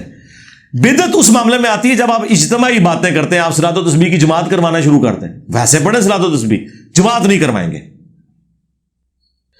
شیعہ کہتے ہیں کہ قرآن کی ترتیب اجتہادی ہے اور آپ نے جو ترتیب کو کافر ہے. یہ کون سے جو شیعہ کہتے ہیں ان کو آپ ضرور کافر کہیں، جنرل تو ایسا نہیں ہے. وہ تو سنیوں کے بارے میں شیعہ بھی کہتے ہیں کہ سنی یہ کہتے ہیں. واقعی سنیوں کی کتابوں میں اس طرح کی قرآن کے خلاف روایتیں بھی لکھی ہوئی ہیں کہ ایک میں نے بھی بیان کی ہیں. جو کرتا ہے نا اور کرواتا ہے اس طرح کے معاملات کو آگے، ان کے بارے میں اسپیسیفک لکھیں. ایک پورے فرقے کو بیچ میں نہیں آپ لا سکتے. اب میں کہوں کہ بریلوی جو ہیں قبر پرست ہیں، جنرل سٹیٹمنٹ میں کیسے دے سکتا ہوں؟ کیا سارے بریلوی قبروں کے آگے جا کے جھکتے ہیں؟ اس طرح تو نہ کریں. انسان کے مرنے کے بعد بدکار روح کو قبر میں عذاب ہوتا ہے، حالانکہ قیامت ابھی آنی ہے اور باقی حساب و کتاب بھی ہوگا اور پھر ہی فیصلہ ہوگا، اللہ کی طرف سے جزا ہو سکے. تو پھر قبر میں سزا کیوں؟ اس کا جواب میں نے کئی دفعہ دیا ہے. میں نے اس کے اوپر تفصیلی ویڈیو 2 ریکارڈ کروائی ہیں. مسئلہ 117A اور B عذاب قبر کے متعلق. 117A میں نے 10 آیات قرآن سے پیش کی ہیں عذاب قبر کے اوپر، اور 117B میں 17 احادیث. وہ میں نے حدیث والا پورشن ہی علیحدہ رکھا ہے تاکہ کوئی یہ کہے نہ کہ آپ قرآن سے بیان کریں. تو سرکار اگر یہ آپ کا اصول مان لیا جائے نا کہ چونکہ حساب و کتاب صرف قیامت میں ہونا ہے، لہٰذا اس سے پہلے اللہ عذاب نہیں دے سکتا، اس سے اللہ کی صفت عدل چیلنج ہوتی ہے، تو اس کی پھکی قرآن میں ہی موجود ہے. قرآن میں اللہ تعالیٰ نے سورۃ الانعام میں فرمایا کہ جب مجرمین کی موت کا وقت آتا ہے تو فرشتے ان کے منہ اور پیٹھوں کے اوپر ہتھوڑے مارتے ہیں اور کہتے ہیں نکالو اپنی جانیں. تو آپ کا تو اصول قرآن نے خود ہی توڑ دیا. قیامت تو قائم ہی نہیں ہوئی موت کے وقت، دنیا کی زندگی میں بھی. بلکہ اس سے بھی پہلے سورہ سجدہ میں آیا کہ ہم دنیا کی زندگی میں بھی انہیں عذاب دیں گے تاکہ یہ اللہ کی طرف پلٹ آئیں. سورہ سجدہ میں تو عذاب کی 4 قسطیں ہیں، دنیا میں تکالیف کی شکل میں تاکہ اللہ کی طرف لوگ پلٹ آئیں. وہ آزمائش بھی ہو سکتی ہے، عذاب بھی ہو سکتا ہے. دوسرا موت کے وقت وہ تو ڈیفینیٹ ہے کہ منہ اور پیٹھوں پہ ہتھوڑے مارے جاتے ہیں. اور اس کے بعد تیسری قسط بھی قرآن میں آئی ہے کہ فرعونی صبح و شام آگ پر پیش کیے جاتے ہیں. تو ابھی تو قیامت قائم نہیں ہوئے، تو کیوں فرعون کے ماننے والے صبح و شام آگ پہ پیش ہو رہے ہیں؟ امام بخاری کو اس خناسیت کا پتہ تھا کہ یہ لوگ گمراہی اس زمانے میں پھیلا رہے تھے. امام بخاری نے عذاب قبر والی جو حدیثیں لی ہیں نا، ان کے اوپر صحیح بخاری میں جو باب بند ہے نا، باب میں قرآن کی آیت لکھی ہے کہ فرعونی صبح و شام آگ پر پیش کیے جاتے ہیں. پہلے ہی پھکی دیتی ہے امام بخاری نے کہ میری حدیثیں پڑھ کے جن کو وہم آیا نا کہ عذاب قبر تو حدیث میں آیا ہے، یہ دھوکہ دینا بند کریں، قرآن میں آیا ہوا ہے. آپ اس کو قبر کہتے ہیں، وہ بیسیکلی عذاب برزخ ہے، آخرت کا عذاب ہے. وَمِن وَرَائِهِمْ بَرْزَخٌ إِلَىٰ يَوْمِ يُبْعَثُونَ، ان کے مرنے سے لے کے قیامت کے دن تک ان سین بیریئر ہے برزخ. سورۃ المومنون آیت نمبر 100 میں یہ بات آئی. عموماً چونکہ قبر میں دفنایا جاتا ہے اس لیے قبر کی بات ہوتی ہے، ورنہ وہ شیر کا پیٹ بھی عذاب کی جگہ ہو سکتی ہے، ہواؤں میں راکھ کا بکھرنا بھی ہو سکتا ہے ایئر کریش کے ذریعے۔ عموماً چونکہ قبر میں دفن کیا جاتا ہے اس لیے قبر کا ذکر ہوا ہے، ورنہ یہ عذاب قبر نہیں ہے، عذاب برزخ ہے، یہ ذہن میں رکھیے گا۔ قرآن میں بھی تو آیا نا کہ انسان مرتا ہے اور اسے قبر دی جاتی ہے، پارہ نمبر 30 میں، تو کیا ساروں کو قبر ملتی ہے؟ تو ہم قرآن پہ اعتراض کریں گے؟ قرآن عمومی بات کر رہا ہے، تو وہ آپ دیکھ لیں۔ تو عذاب کی 4 قسطیں ہیں، فائنل قسط قیامت کے دن ہے، 3 جو ہیں وہ ادھر ہی ہیں، ایک دنیا میں، ایک موت کے وقت، اور ایک مرنے کے بعد۔ باقی میری ویڈیو دیکھ لیں۔ We can't write RIP for non-Muslims. Can we say اِنَّا لِلَّهِ وَإِنَّا إِلَيْهِ راجعون؟ ہاں یہ تو آپ کہہ سکتے ہیں، یہ تو کسی بھی نقصان پہ آپ کہہ سکتے ہیں اِنَّا لِلَّهِ وَإِنَّا إِلَيْهِ راجعون۔ یہ کسی کے لیے دعائیہ کلمات نہیں ہیں، یہ اپنے غم کو ٹھنڈا کرنے کے لیے ہے کہ بھئی یہ جو اس وقت وقتی طور پہ دکھ یا تکلیف آئی، ہم بھی اللہ کی طرف سے آئے تھے، اسی کی طرف لوٹ کے جانا ہے، یہ بھی تکلیف چلی گئی، اور ہم پہ بھی جو تکلیفیں ہیں الٹیمیٹلی انہوں نے ختم ہو جانا ہے۔ جب ہم نے خود ختم ہو جانا ہے پھر تو ساری تکلیفیں ختم ہو جائیں گی نا، ایک انسان جب مر جائے گا۔ تو انا للہ و انا الیہ راجعون، ہر تکلیف پہ آپ کہہ سکتے ہیں۔ ہاں سورہ التوبہ میں ہے کہ کسی اہل ایمان کے لیے اور نہ نبی کے لیے یہ شایع ہے کہ جب انہیں پتہ چل جائے کہ ان کا کوئی رشتہ دار اس حال میں مرا کہ وہ شرک پہ تھا، کہ اس کے لیے دعائے مغفرت کریں۔ پھر اللہ تعالیٰ نے کہا کہ جو ابراہیم نے دعائے مغفرت کی تھی وہ ایک وعدے کی وجہ سے کی تھی اپنے باپ کے لیے، والد نہیں تھے، وہ باپ تھے، اور وہ چچا کے لیے باپ کا لفظ استعمال ہوتا ہے، اور بعد میں جب انہیں پتا چلا تو انہوں نے ان کے لیے بھی دعا نہیں کی۔ پیدائش سے پہلے فوت شدہ بچے کا جنازہ ہوگا جی، بالکل، یہ پاکستان میں نہیں ہوتا، جہاں جہاں قرآن و حدیث کے سمجھنے والے ہیں وہاں تو ہوتا ہے، پاکستان میں بھی اہل حدیث تو کرتے ہیں۔ بچہ اگر مردہ بھی پیدا ہوگا، ظاہر ہے اس انسان کا بچہ ہے، اس کی عزت ہوگی، اس کو غسل بھی دیں گے، جنازہ بھی پڑھیں گے، ابو داؤد ترمذی میں حدیثیں موجود ہیں۔ اس میں اختلاف ہے امت کے اندر، لیکن راجع چیز یہی ہے کہ آپ نے اسے، باقی کو بہت زیادہ پروٹوکول کر کے لوگوں کو اکٹھا کریں، 2-4 بندے بھی جا کے جنازہ پڑھ دیں، اسے مسلمانوں کے قبرستان میں دفنا دیں۔ What is good? نکاح ان ماسک اور نکاح ان ویڈنگ ہال؟ میرا خیال ہے ویڈنگ ہال میں زیادہ بہتر ہے۔ مسجد میں یہ جو کہتے ہیں نا مسجد میں سنت ہے، یہ آپ کو کس نے کہہ دیا میرے بھائی؟ جائز ہے، نبی الاسلام کے سارے نکاح مسجد میں ہوئے ہیں۔ خیبر کے موقع پر سیدہ صفیہ سے نکاح ہوا، وہ مسجد میں ہوا تھا۔ یہ ایک لوگ اچھائی کے طور پہ، اور پھر بعض اوقات ایسی صورتحال ہوتی ہے کہ دلہن کو تو بالکل نہ مسجد میں لے کے جائے، اس کا وکیل بن کے جائے، اس کا باپ یا بڑا بھائی، ضرورت ہی کوئی نہیں ہے، ویڈنگ ہال میں ہی ہونا چاہیے، وہیں پہ گواہ وہاں پہ اویلیبل ہے، آپ لوگوں کو ضرور ایک تکلیف میں ڈالنا چاہتے ہیں۔ لیکن اگر کوئی صرف سرمنی ہو رہی ہے کہیں پہ مسجد کے اندر، پھر ویڈنگ ہال تو پھر بھی آپ کو چاہیے، کیونکہ آج کل نکاح جب علادہ کیا جاتا ہے تو کھانا اس نکاح پہ بھی دینا ہوتا ہے، تو مسجد میں تو آپ لوگوں کو کھانا دینے سے رہے، اور پھر ایک تکلیف کا سلسلہ ہو۔ بعض لوگ تو بالکل کوئی شائع ہوتے ہیں، مسجد میں انٹر ہوتے ہیں، ان کو کوئی شرمندگی ہو رہی ہوتی ہے کہ پتہ نہیں پتہ مسجد میں جا رہے ہیں، کس کام کے لیے جا رہے ہیں۔ تو ٹھیک ہے، جہاں آپ کو، میرا خود نکاح مسجد میں ہوا ہے، لیکن کوئی ضروری نہیں کہ مسجد میں کیا جائے۔ ایک یونیورسٹی کے طالب علم کی حیثیت میرا سوال یہ ہے کہ ہمارے معاشرے میں جابز کو لے کر بہت مسائل ہیں رشوت دینے کے حوالے سے، تو کس طرح سے اس سے بچ کر ہم دین کے اوپر چل سکتے ہیں؟ یہ تو جنرل سوال ہے نا میرے بھائی، ابھی آپ یونیورسٹی کے اسٹوڈنٹ ہیں، ابھی آپ پریکٹیکل لائف میں پہنچے نہیں، جب کبھی آپ کے ساتھ کوئی ایسی ایکٹیویٹی ہونے لگے گی پھر آپ کو کوئی سولوشن بتا دیں گے۔ باقی یہ جو عوام میں بالکل ہی مشہور ہے، اس طرح بھی نہیں ہو رہا ہوتا، ٹھیک ہے، کہ رشوت کے مسائل، مثلا اب جو اٹامک انرجی کے ادارے ہیں یا فوج کا ادارہ ہے، اس کے اندر آپ دیکھیں تو آپ بچنا چاہیں تو یعنی وہاں کرپشن کرنے کے لیے آپ کو کوالٹیز چاہیے کہ کوئی بڑے لیول کے آپ کو 2 نمبر ہو تو آپ کر سکتے ہیں، ادروائز حالات و واقعات کوئی فیوریبل نہیں ہوتے۔ یہ چند ایک محکمے ہیں جس میں آپ کو دنیاوی طور پہ، جیسے پولیس کا محکمہ آ گیا یا وابڈا کے اندر بعض اوقات آپ مڈل مین بن جاتے ہیں، اس میں آپ اوائڈ کر سکتے ہیں، آپ کو گھڈے لائن لگا دیں گے، لیکن اس کی بنیاد پہ آپ کو جاب سے کوئی نکالنے نہیں لگا، وہ جب آپ کا ہو جائے گا نا مسئلہ پھر کریے گا۔ اب یہ میرونک سٹیج پہ میں آپ کو کیا جواب دوں؟ جماعت اسلامی کا رکن بننے کے لیے جماعت اسلامی والے حلف اٹھواتے ہیں، کیا یہ جائز ہے؟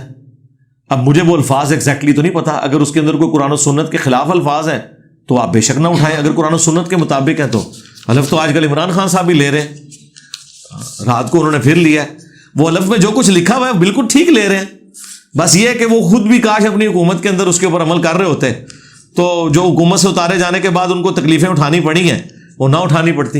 یعنی وہ کہتے ہیں آئین کی پاسداری کریں گے، تو ان کے انڈر اسٹیبلشمنٹ کے لوگوں نے کیا آئین کی پاسداری کی تھی؟ آج تو ان کو وہ گالیاں بھی اسٹیٹ سے دے رہے ہیں نا. اس ٹائم نہیں خیال آیا کہ ہم آئین کی پاسداری کر رہے ہیں نہیں کر رہے، چلے اب بھی خیال آیا تو بہت اچھی بات ہے، آئین کی پاسداری ہونی چاہیے. میں نے اپنے بھائی کی بچی گود میں لی ہے، بھائی کی بچی ہے تو آپ کے لیے تو محرم ہے، شکر ہے بچی آپ نے لی ہے. بچہ لیتے نا تو وہ آپ کی وائف کا محرم نہ ہوتا، اس کے لیے پھر یہ ہے کہ آپ دودھ پینے کی عمر میں لیں تاکہ اس سے کم از کم 5 مرتبہ دودھ پلائیں، جو مسلم میں حدیث ہے، وہ رضاعت کا رشتہ اسٹیبلش ہو جائے گا. اس کے لیے آج کل ایسے ٹیکے بھی آ گئے ہیں جو عورت کو لگائے جائیں تو دودھ اتر آتا ہے، ویسے تو عموماً پریگنینسی کے بغیر دودھ نہیں اترتا. تو پھر 2 سال کے اندر اندر بچہ اڈاپٹ کریں، اسے دودھ پلائیں تو وہ محرم بن جائے گا. اور دوسرا حل یہ ہے کہ اگر آپ نے اپنے بھائی کی یا بہن کی اولاد لینی ہے تو بچی لیں تاکہ وہ آپ کی محرم ہو، اور آپ کی وائف سے تو اس کا ویسے ہی کوئی پردہ نہیں ہوگا. اور اسی طریقے سے اگر آپ نے اپنی وائف کی بھتیجی یا بھانجی والا معاملہ ہے نا، وہ نہ کریں، وہ آپ کے لیے محرم نہیں ہوگی. وہاں بھتیجا یا بھانجا لیں تاکہ وہ پھر آپ کے ساتھ وہ والا کنفلکٹ نہ آئے، وہ اس عورت کا تو محرم ہوگا. تو آپ کے کیس میں تو ایسا نہیں ہے جی، شکر ہے. قرآن و سنت کی روشنی میں اسے اپنا نام دیکھ سکتے ہیں؟ کوئی نہیں دے سکتے جی، بالکل نہیں دے سکتے، کوئی مسئلہ نہیں اس میں جی. وہ فلاں کا نام، لے پالک ہوتے ہیں، لوگوں کو ڈکلیئرڈ پتا ہوتا ہے، لے پالک بچے بھی ہوتے ہیں، اس میں کون سا مسئلہ ہے؟ کوئی لاوارث بچہ ہے آپ کا جو آپ کو شرمندگی یا مسئلہ ہے بعد میں؟ ڈکلیئرڈ ہے، وہ باپ کا نام لکھیں. بخاری مسلم میں حدیث ہے جس نے اپنے باپ کا نام بدلا اس پہ جنت حرام ہے. اور مسلم میں حدیث ہے، مولا علی نے ایک صحیفہ نکالا جس پہ یہ وصیت لکھی تھی رسول اللہ کی طرف سے کہ جو اپنے باپ کا نام بدلے اس پہ اللہ کی لعنت، اللہ کے فرشتوں کی لعنت، تمام لعنت کرنے والوں کی لعنت. قیامت کے دن اللہ تعالیٰ نہ اس کا کوئی فرض قبول کرے گا نہ کوئی نفل قبول کرے گا. یہ بڑا سینسٹیو ایشو ہے، آپ اس کو مذاق سمجھتے ہیں، ٹھیک ہے. اور یہ ہو جائے گا کاغذوں کا مسئلہ، کوئی مسئلہ نہیں، آپ لکھوائیں. آپ گارڈین میں اپنا نام لکھوا لیں نا، باپ کی جگہ نہ لکھوائیں، باپ وہی رہنے دے جو ہے. قیامت کے دن کچھ ایسے لوگ ہوں گے جنہوں نے ساری زندگی نمازیں پڑھی ہوں گی مگر ان کے نامہ اعمال خالی ہوں گے. وہ میں نے آج بتا دی نا اس حدیث کا والا، وہ نامہ اعمال کس طرح خالی ہو جائے گا. یا تو ریاکاری پہ مبنی ہوگا، جیسا مسند احمد میں حدیث ہے، جس نے دکھلاوے کے لیے نماز پڑھی اس نے شرک کیا، جس نے دکھلاوے کے لیے صدقہ کیا اس نے شرک کیا، جس نے دکھلاوے کے لیے روزہ رکھا اس نے شرک کیا.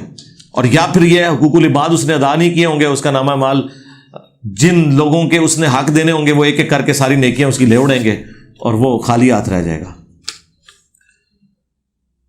گھروں میں ہم ایک دوسرے کی آواز اونچی سننا برداشت نہیں کرتے، ہم آہستہ بولنے کو پکار اٹھتے ہیں، جبکہ مسجد میں چھوٹی یا بڑی محفل کا اہتمام ہو تو بڑے ڈیک لگاتے ہیں. غلط ہے جی. اسی طریقے سے اونچی آواز میں مسجد کی قرات کی آواز بھی باہر نہیں آنی چاہیے. اندر 10 نمازی کھڑے ہوتے ہیں اور باہر سپیکر لگا کے شبینے چل رہے ہیں، غلط ہے. یہ تو اب الیاس قادری صاحب نے باقاعدہ کہہ دیا ہے کہ جی آپ محلوں میں اس طرح ڈیک نہ چلائیں کہ لوگ مریض ہوں گے اور ان کو تکلیف ہوگی، وہ تو آپ کو بدوائیں دیں گے یا آپ کے نامہ اعمال میں گناہ لکھا جائے گا. یہ میلاد کی محفل کا آپ کو ثواب کو نہیں ہونا. یہ باپا جانی الیاس قادری صاحب جن کے ماننے والوں نے سارا یہ ادم مچایا ہوتا ہے، انہوں نے خود ویڈیو میں کہہ دیا ہے، انہوں نے تو اپنے آپ کو بری ذمہ کر لیا. اب مجھے بتائیں قرآن و حدیث سے بڑی دلیل آپ کو مل گئی ہے کہ باپا جانی نے فرما دیا ہے. ظاہر ہے جی جن کے ماننے والوں کی تو بڑی دلیل ہے، تو پیچھے تو بات ہی کوئی نہیں رہے گی. بالکل غلط ہے جی. ایک فلم کا لکھا ہوا ہے کہ معاشرے میں پھیلنے سے روکنے کے لیے، میں تو نہ اس فلم کا نام لوں گا نہ اس کے اوپر کوئی ڈسکشن کروں گا. ہم ان جنرل جو بے حیائی ہیں ان پر ڈسکشن کرتے ہیں، خام خواہ لوگوں کو ایجوکیٹ کریں تاکہ بچے جو ہے نا وہ فلم ڈھونڈ کے دیکھنا شروع کریں. غلط ہے. علی بھائی کیا جہاد لازم ہے؟ اگر لازم ہے تو کون سا؟ اپنے خلاف جہاد جی، اپنے 5.5-6 فٹ کے اوپر جہاد کریں. رہ گیا وہ قتال جس میں آپ کافروں کے خلاف لڑتے ہیں، تو جب سے فوجیں بنی ہوئی ہیں اس وقت سے صرف ہماری ذمہ داری ان کو فائنانس کرنا ٹیکسز کی فارم میں. وہ نیوٹرلز کا کام ہے لڑنا، جا کے وہ ہمارا کام نہیں ہے، وہ انہی سے پوچھا جائے گا. ٹھیک ہے جی. پرائم منسٹر سے پوچھا جائے گا، آرمی چیف سے پوچھا جائے گا، ہمارے سے نہیں. اس پہ میری تفصیلی ویڈیو آپ دیکھ لیں. اس کی وجہ ہے کہ ہم آلریڈی اس میں حصہ ڈال رہے ہیں نا ٹیکسز کے ذریعے. فوج میں بھی سارے بندے تو نہیں آگے جا کے لڑتے ہیں, روٹیاں پکا کے بھی تو پیچھے سے بھیج رہے ہوتے ہیں نا. یہ ضروری تو نہیں کہ جو گولی کھانے کے لیے آگے گیا ہے وہی جہاد کر رہا ہے, ورنہ تو حضرت عمر نے اپنے دور میں کتنے جہاد کیے ہیں, کوئی بھی نہیں کیا, فوجیں بھیجی ہیں, لیکن ماسٹر مائنڈ تھے نا پیچھے بیٹھے ہوئے. تو یہ لوگوں ایک جذباتی باتیں ہوتی ہیں جناب کہ جہاد وہی کر رہا ہے جو, تو اس کے لیے وہ فلسطین اور جہاد آپ لکھیں نا تو میرے یوٹیوب پہ ویڈیو کھل جائے گی, اس میں نے تفصیل کے ساتھ اس ٹاپک پر ڈسکشن کی ہے. جو آپ یہاں گلٹ فیل کر رہے ہوتے ہیں جی وہ فلاں جگہ یہ ہو گیا تو ہم پہنچ جائیں, اور یہ وہ لوگ بات کر رہے ہوتے ہیں جن کے بیوی بچے اللہ کی پناہ مانگتے ہیں ان سے, جب وہ گھر میں داخل ہوتے ہیں کتے بن کے داخل ہوتے ہیں, وہ باہر معاشرے میں ان کے حسن اخلاق کی دھومیں ہوتی ہیں اور گھر وہ ہلکے کتے ہوتے ہیں, اور وہ کہتے ہیں ہم نے فلاں جگہ جو مسلمانوں پہ ظلم ہو رہا ہے, اور تم خود جو ظلم کر رہے ہو اپنے بیوی بچوں کے اوپر, وہ یہ جذباتی باتیں ہیں. اس کے لیے اگر آپ نے کوئی چسکا لینا ہے تو ماشاءاللہ بڑے لوگ وی لاگز بنا بنا کے پیسے لے کے وی لاگز اور لیکچرز دے رہے ہیں, میں نام نہیں لیتا پھر بالکل پرسنل ہو جائے گا معاملہ, پیسے لے کے آپ کو جہاد کی ٹریننگ دے رہے ہیں وہ, ٹھیک ہے, اور ٹریننگ زبانی کلامی, ٹھیک ہے. تو وہ آپ دیکھیں اور خوش رہیں اپنی اس مستی کے اندر.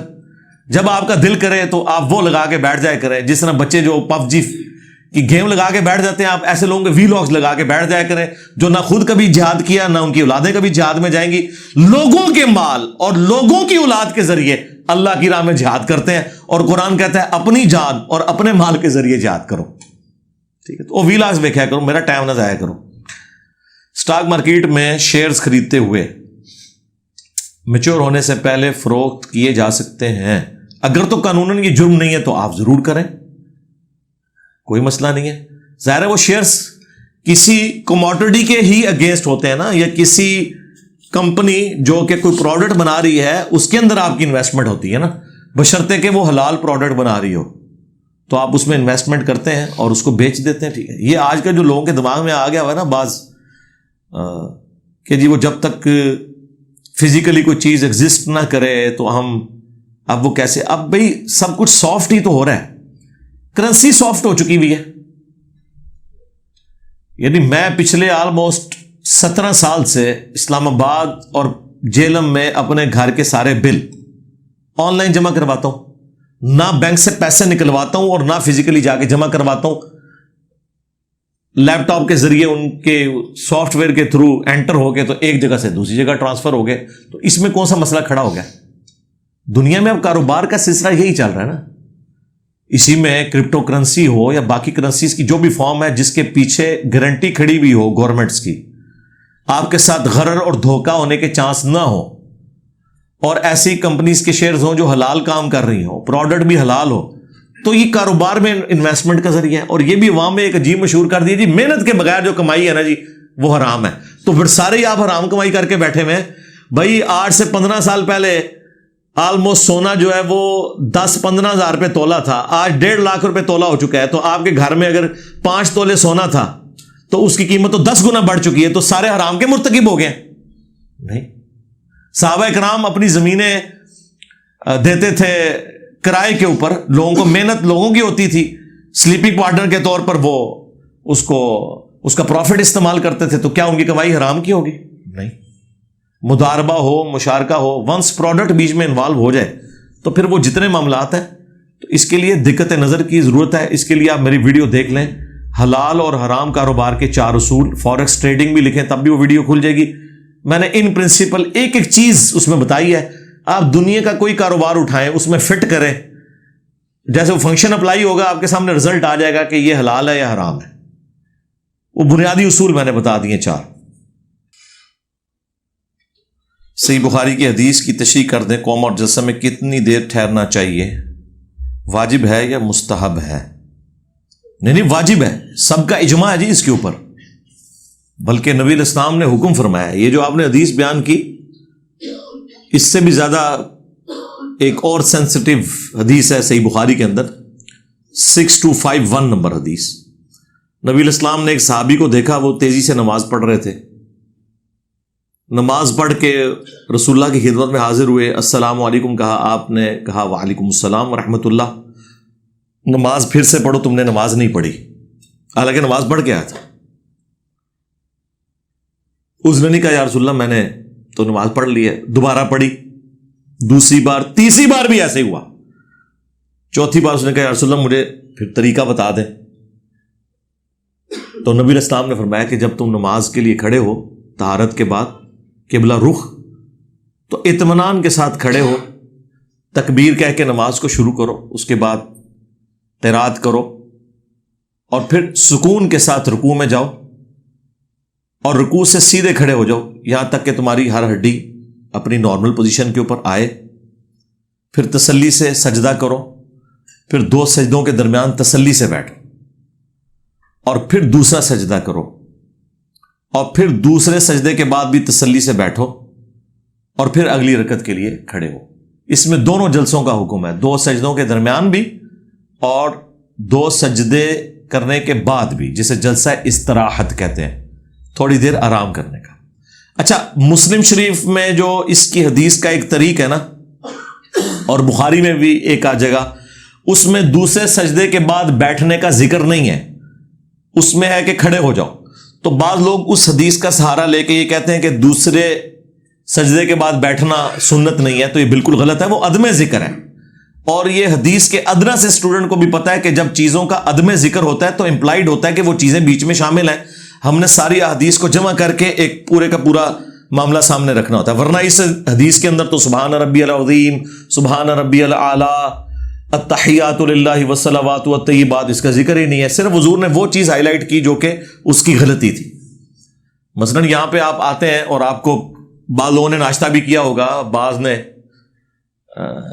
نہیں کیا ہوگا، اور سموسے اور چائے تو سب کو ملیں گے، اور بعد میں آپ سے لوگ پوچھیں تو جس بندے کا جتنا ایکسپیرینس ہوا ہے وہ اتنی بات بیان کر دے گا، لیکن وہ سارے بندوں کی گفتگو کو ایک جگہ جمع کریں گے تو آپ کو پتہ چلے گا کہ وہاں کون کون سا ایونٹ پرفارم ہوا تھا.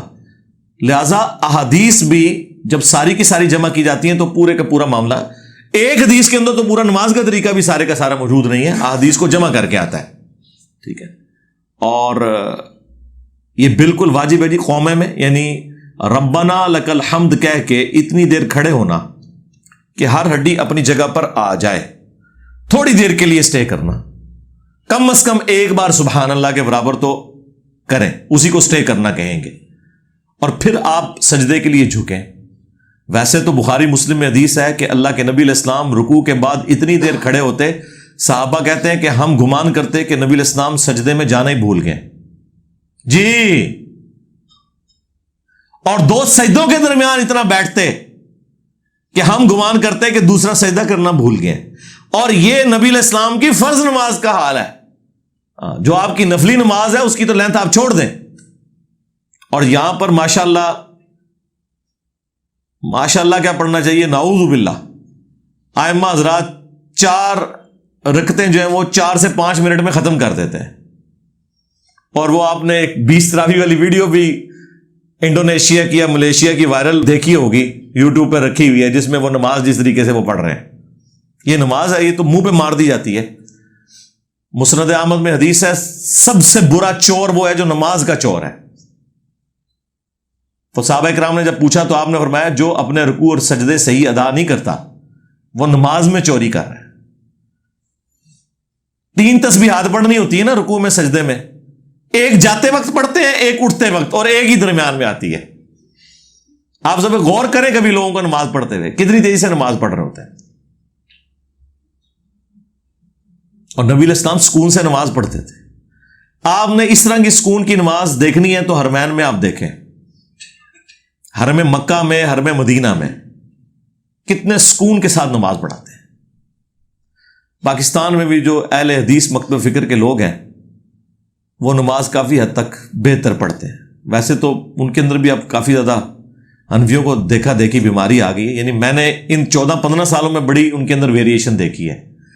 2008 میں جب ہم نئے اہل حدیث کی طرف گئے تھے تو اس وقت اہل حدیث کی جو ظہر اور عصر کی نماز کا دورانیہ ہے نا، کم از کم 12 سے 14 منٹ ہوتا تھا. حنفیوں کا اس وقت بھی 5-6 منٹ تھا، وہ 5-6 منٹ پہ ہی ہے، بجائے کہ وہ ان کا رنگ پکڑتے، انہوں نے رنگ پکڑ لیا، یہ اب 12-13 منٹ سے 8 منٹ پہ آ گئے ہوئے، 7 منٹ پہ آ گئے، اور کہتے ہیں جی وہ نمازی تنگ ہوتے ہیں. دفعہ ہو جائیں جی ایسے نمازی کہ وہ ان کی اپنی تو نماز ہو نہیں رہی، دوسروں کی بھی برباد کروا رہے ہیں۔ لعنت بھیجے ایسے نمازیوں کے اوپر جو اماموں کو یہ کہتے ہیں کہ نمازیں مختصر کرو، وہ آپ کو یہ کہہ رہے ہیں کہ تمہاری نمازیں لپیٹ کے تمہارے منہ پہ ماری جائیں۔ یار آپ نے وضو کا تکلیف اٹھائی، کاروبار چھوڑنے کی مشقت اٹھائی، ٹائم نکال کے مسجد میں آئے اس لیے کہ یہ نماز لپیٹ کے آپ کے منہ پہ مار دی جائے ان چند بابوں کے پیچھے جنہیں کام ہی کوئی نہیں ہے۔ گھر والوں نے بھی ٹھڈے مار کے انہیں نکالا ہوا کہ جا کے مسجد میں جا کے نا، جو مسجد میں کوئی بچے آئے ہوئے نا انہیں وہاں سے نکالیں ڈانٹ کے، یا جا کے اذان دیں، اور باقی ساری گپے شپے وہاں ماریں گے۔ نماز ہوگی تو وہ امام مسجد کہنے کہ ذرا ہولی پڑھاؤ جی، نماز ہلکی پڑھاؤ، اور نکلو اتوں یار مسجد کا ماحول خراب کیتے ہیں تسی، خود تو اپنی نماز برباد کروا رہے ہو، دوسروں کی نمازیں کیوں برباد کر رہے ہو؟ تو یہ زیادہ یہ جو بابے ہیں نا یہ تنگ کرتے ہیں، یعنی بابے ایک دین کے بابے بھی جو ہے نا وہ بھی مصیبت بڑھیں تو یہ بابے بھی اللہ ماشاءاللہ اچھے بابے بھی ہوں گے۔ آپ کو مسئلہ ہے میرے بھائی، آپ کرسی پہ بیٹھ کے نماز پڑھ لو، یہی بابا آپ کو جوتیوں والی جگہ کے اوپر پالیٹکس کے اوپر آدھا گھنٹہ تقریر کرتے ہوئے نظر آئے گا، جو مسجد میں جا کے کہے گا جی ذرا ہلکی نماز پڑھائیں جی، سنت ہے۔ کیڑی سنت ہے؟ سرکار پتہ ہے وہ ہلکی نماز کی جو حدیث ہے بخاری مسلم میں، وہ سورہ البقرہ سورہ ال عمران پڑھا دی تھی، تو نبی الاسلام نے کہا ذرا ہاتھ ہولا رکھ، یعنی پہلے 4 پارے پڑھے ہیں، تو 4 پارے والے کو جب کہا کہ جائے کہ ہاتھ ہولا رکھ تو کیا ہے کہ 1 پارا پڑھا لو۔ آپ والی نماز تھی وہ، نبی الاسلام کی تو باقاعدہ آیات کی تعداد تک نقل ہوئی ہے۔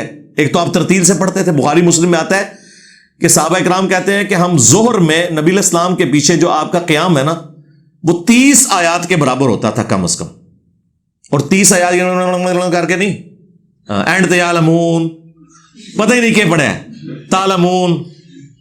اچھا، اور اتنے ہوشیار ہیں، وہ صورتیں جو لوگوں نے زبانی یاد کی ہوتی ہے نا وہ بڑی آستہ پڑھیں گے۔ یہ آپ تراویح میں دیکھیں، سورہ یاسین سورہ ملک جب پڑھتا ہے نا وہی امام ایک ایک موتیوں کی طرح لفظ آپ کو سنائی دے گا، اور باقی آپ کو سمجھ ہی نہیں آئے گی، کیونکہ ادھر اسے خطرہ ہوتا ہے کہ اتنے زیادہ لقمہ دینے والے پیچھے کھڑے ہوئے ہیں۔ یہ آپ نے میری بات یاد رکھنی ہے، اب آپ نے غور کرنا ہے کہ جو صورتیں لوگوں کو زبانی یاد ہے نا، آپ کبھی یہ تراویح میں وہ صورتیں پڑھتے ہوئے ان کو سنیں، وہاں آگے ان کی سپیڈ بھی کم ہو جائے گی، ایک ایک تلفظ بھی واضح ہوگا، انہیں پتہ ہے لوگوں نے پیچھے لقمہ دینا ہے۔ جیسے ہی وہ گزر جائیں گی پھر وہی ان کا تماشا شروع ہو جائے گا۔ ہاں، اہل حدیث سکون سے پڑھتے ہیں، جتنی دیر میں ان کی 40 تراویحیں بھی ختم ہو جائیں نا، اہل حدیث کی 8 تراویح ختم نہیں ہوتی، تسلی سے 1.5 پونے 2 گھنٹے کے اندر وہ 8 تراویح اپنی 1 سوا پارا جو پڑھنا ہے وہ سکون کے ساتھ پڑھتے ہیں۔ باقی تو سارے نماز کا حلیے بگاڑ کے رکھ دیا ہوا ہے، اور کہتے ہیں نبی علیہ السلام نے کہا ہلکی نماز پڑھاؤ، ہلکی نماز یہ والی ہے، یہ الگ دوسرے علیہ ہے، یہ نماز کہاں سے ہے؟ وہ جیسے کوئی ہلکا کتا کسی کو کاٹ دے تو وہ بھاگے گا آگے، نماز میں یہ صورتحال ہوتی ہے۔ تو یہ سکون کے بغیر نماز کوئی نہیں ہے جی، یہ ذہن میں رکھیے گا تسلی سے۔ سنن نسائی میں حدیث ہے، انس بن مالک کہتے ہیں کہ بڑے عرصے کے بعد میں نے کسی ایسے شخص کے پیچھے نماز پڑھی کہ جو بالکل رسول اللہ کی طرح نماز پڑھاتا ہے، عمر بن عبدالعزیز، جب وہ گورنر بنے مدینہ شریف میں، تو انس بن مالک جو نبی علیہ السلام کے خادم تھے، 10 سال وضو کروایا، تو وہ ان کے پیچھے نماز پڑھتے تھے اور ان کی نماز کی تعریف کرتے تھے، اور پھر ساتھ فرماتے تھے کہ ہم رسول اللہ کے پیچھے صلی اللہ علیہ وآلہ وسلم رکوع اور سجدوں کی تسبیحات 10 تک بھی شمار کیا کرتے تھے۔ 10 کا فگر آیا ہے، 10 بار سبحان ربی العظیم پڑھنے میں کتنا ٹائم چاہیے؟ آپ کیا سمجھتے ہیں کہ نبی علیہ السلام و صحابہ کرام یہ پڑھتے ہوں گے سبحان ربی العظیم سبحان ربی العظیم سبحان ربی العظیم؟ یہ تو پڑھنا ہی حرام ہے، یہ تو مطلب ہی بدل جائے گا۔ بہت تیزی سے بھی پڑھیں گے سبحان ربی العظیم، اس کی ذرا کیلکولیشن کریں 10 دفعہ۔ خیر وہ تو اس طرح نہیں پڑھتے ہوں گے، ان کے لیے تو نماز سب کچھ تھا۔ اور 10 کا عدد بتا کے انس بن مالک نے یہ بھی بتا دیا کہ یہ ضروری نہیں ہے کہ آڈ ہو، ایون بھی ہو سکتا ہے۔ وہ ٹھیک ہے، ترمذی میں ایک روایت ہے، اس کو سپورٹو مصنف ابن ابی شیبہ باقی کتابوں میں احادیث موجود ہے کہ کم از کم 3 تسبیحات ہونی چاہیے، سبحان ربی العظیم سبحان ربی العلیٰ، اور ہمیں تسبیحات بھی صرف یہی پتہ ہے، اس کے علاوہ تسبیحات بخاری مسلم میں آیا کہ اما عائشہ سلام اللہ علیہا کہتی ہیں کہ نبی علیہ السلام رکوع اور سجدوں میں دعا مانگا کرتے تھے، سبحانک اللہم ربنا وبحمدک اللہم اغفر لی. جب وہ آیات نازل ہوئی نا، اذا جاء نصر اللہ والفتح ورأیت الناس يدخلون فی دین اللہ افواجا، اس میں آیا تھا نا اینڈ پہ فسبح بحمد ربک واستغفر. جب اسلام کو غلبہ ہو جائے گا پھر آپ نے اللہ کی تسبیح کرنی ہے، حمد بیان کرنی ہے، اللہ سے استغفار کرنی ہے. یہ 3 حکم رسول اللہ کو اللہ تعالیٰ نے قرآن میں دیے.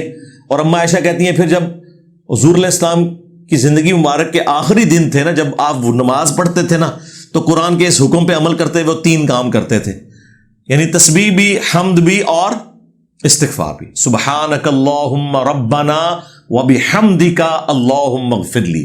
یہ بخاری مسلم میں یہ تسبیحات ہیں رکوع اور سجدے کی. چلو اس کو 3 دفعہ پڑھو، سبحانک اللہم ربنا وبحمدک اللہم اغفر لی. تو سبحان ربی العظیم 10 دفعہ پڑھا جاتا ہے اتنی دیر میں. اس کے علاوہ مسلم شریف میں ایک اور تسبیح ہے، سبوح قدوس رب الملائکۃ والروح. یہ نبی علیہ السلام کی تسبیحات تھی. اور دعائیں الگ سے. مسلم شریف میں حدیث ہے کہ سجدے میں انسان سب سے زیادہ اپنے رب کے قریب ہوتا ہے، خوب دعائیں مانگا کرو. تو دعا نبی علیہ السلام جتنی بھی سنت دعائیں ہیں وہ آپ مانگیں اس میں.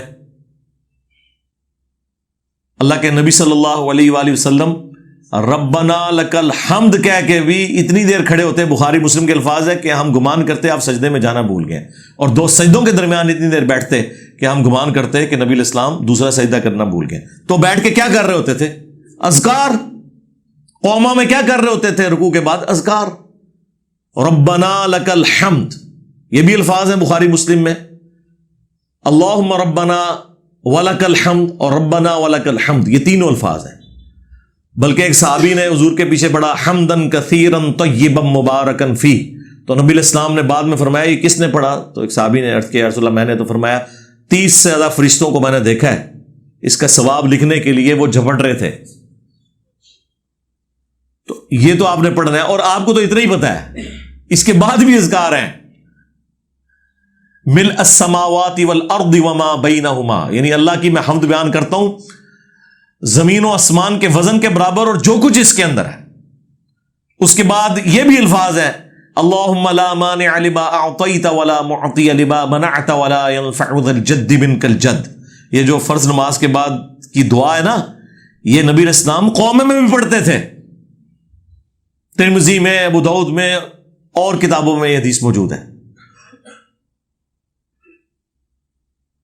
2 سجدوں کے درمیان رب اغفر لی رب اغفر لی، یہ بھی آیا. اللہم اغفر لی وارحمنی واہدنی وارزقنی، مختلف الفاظ کے ساتھ ہے. وعافنی، مختلف الفاظ ہیں. یہ 2 سجدوں کے درمیان ہے. اور یہاں کی ذرا آپ نمازیں دیکھ لیں جی، الکی نماز پڑھاؤ جی، الکی نماز پڑھاؤ. الکی نماز ہے سرکار کہ 1 گھنٹے دی نہ پڑھاؤ، 15 منٹ پڑھا لو. یعنی میری اپنی کیلکولیشن ہے کہ اگر آپ نے 4 رکعتیں زور و اثر کی پڑھنی ہے نا، مغرب عشاء اور فجر کی بات نہیں کر رہا، وہ تو بہت لمبی نمازیں ہیں کیونکہ اس میں آپ نے قرات کرنی ہے اور قرآن کا کچھ حصہ پڑھنا ہے. بخاری مسلم میں الفاظ ہے ہم گپ اندھیرے میں نماز فجر کی پڑھنے جاتے تھے، اور نبی علیہ السلام جب نماز سے فارغ ہوتے تو روشنی خوب ہو چکی ہوتی تھی، یعنی بالکل سورج نکلنے سے پہلے فارغ ہوتے تھے. تو یہ کیلکولیشن کر لیں کم از کم بھی 1.25 گھنٹے کی فجر کی نماز بنتی ہے. صورتیں آئی ہیں بخاری مسلم میں. جمعے والے دن پہلی رکعت کے اندر سورہ سجدہ، دوسری رکعت کے اندر سورہ دہر، آیتیں نہیں پوری صورتیں. نفلی نماز تو چھوڑ دیں، وہ تو سورہ بقرہ جتنا قیام اور اتنا ہی رکوع، 2.5 پاروں پہ پھیلی ہوئی. آپ ذرا مشکات شریف میں یہ چیپٹر پڑھ لینا نمازوں کا، تو آپ کو نبی علیہ السلام کی نماز کی لینتھ کا اندازہ ہو جائے گا. زور اثر کی 4 رکعتوں میں کم از کم 12 منٹ ضرور لگتے ہیں زور کی 4 رکعتیں پڑھنے کے لیے، اگر آپ بالکل مختصر بھی پڑھیں چھوٹی صورتوں کے ساتھ. ویسے تو میں نے بتایا بخاری مسلم میں کہ زور و اثر میں صحابہ کرام کہتے ہیں کہ آپ کی پہلی 2 رکعتوں کی لینتھ 30 آیات کے برابر ہوتی تھی، اور ادر دین سورہ فاتحہ. اور بعض اوقات نبی علیہ السلام کوئی سورت اونچی بھی کوئی ایک آیت پڑھ دیتے تھے تاکہ ہمیں پتہ چل جائے کہ آپ قرآن میں کون سا حصہ پڑھ رہے ہیں. اور آخری 2 رکعتیں 15 آیات کے برابر. اس سے یہ بھی پتہ چل گیا کہ نبی علیہ السلام سے فرض کی آخری 2 رکعتوں میں سورت ملانا بھی ثابت ہے، نہ ملانا بھی جائز ہے. وہ بھی بخاری مسلم میں آیا کہ نبی علیہ السلام آخری 2 رکعتوں میں صرف سورہ فاتحہ بھی پڑھتے تھے. کبھی کبھار صرف سورہ فاتحہ پڑھ لیتے تھے اور کبھی کبھار ساتھ سورت بھی ملاتے تھے. اب آپ سوچ رہے ہوں گے کہ آپ نے پیچھے کیا کرنا ہے بیٹھ کے؟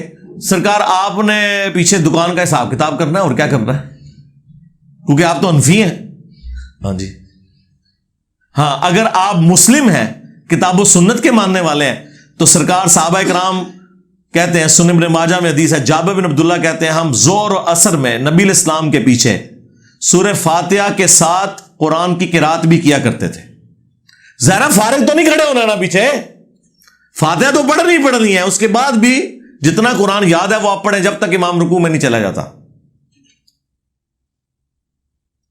باقی اگر آپ مغرب عشاء اور فجر کی بات کریں تو وہ سمجھ لیں کہ آدھا گھنٹہ کہیں نہیں گیا. قرآن پڑھا جا رہا ہو اور سننے والے بھی عربی ہوں، پڑھنے والا بھی عربی ہو، چاہے وہ پیغمبر پڑھ رہا ہو یا کوئی اور پڑھ رہا ہو، اگر آپ کو یہ پتا ہے کہ اللہ کا کلام ہے تو جناب کمال چیز ہے، آپ کا انٹرسٹ لوز ہی نہیں ہوتا.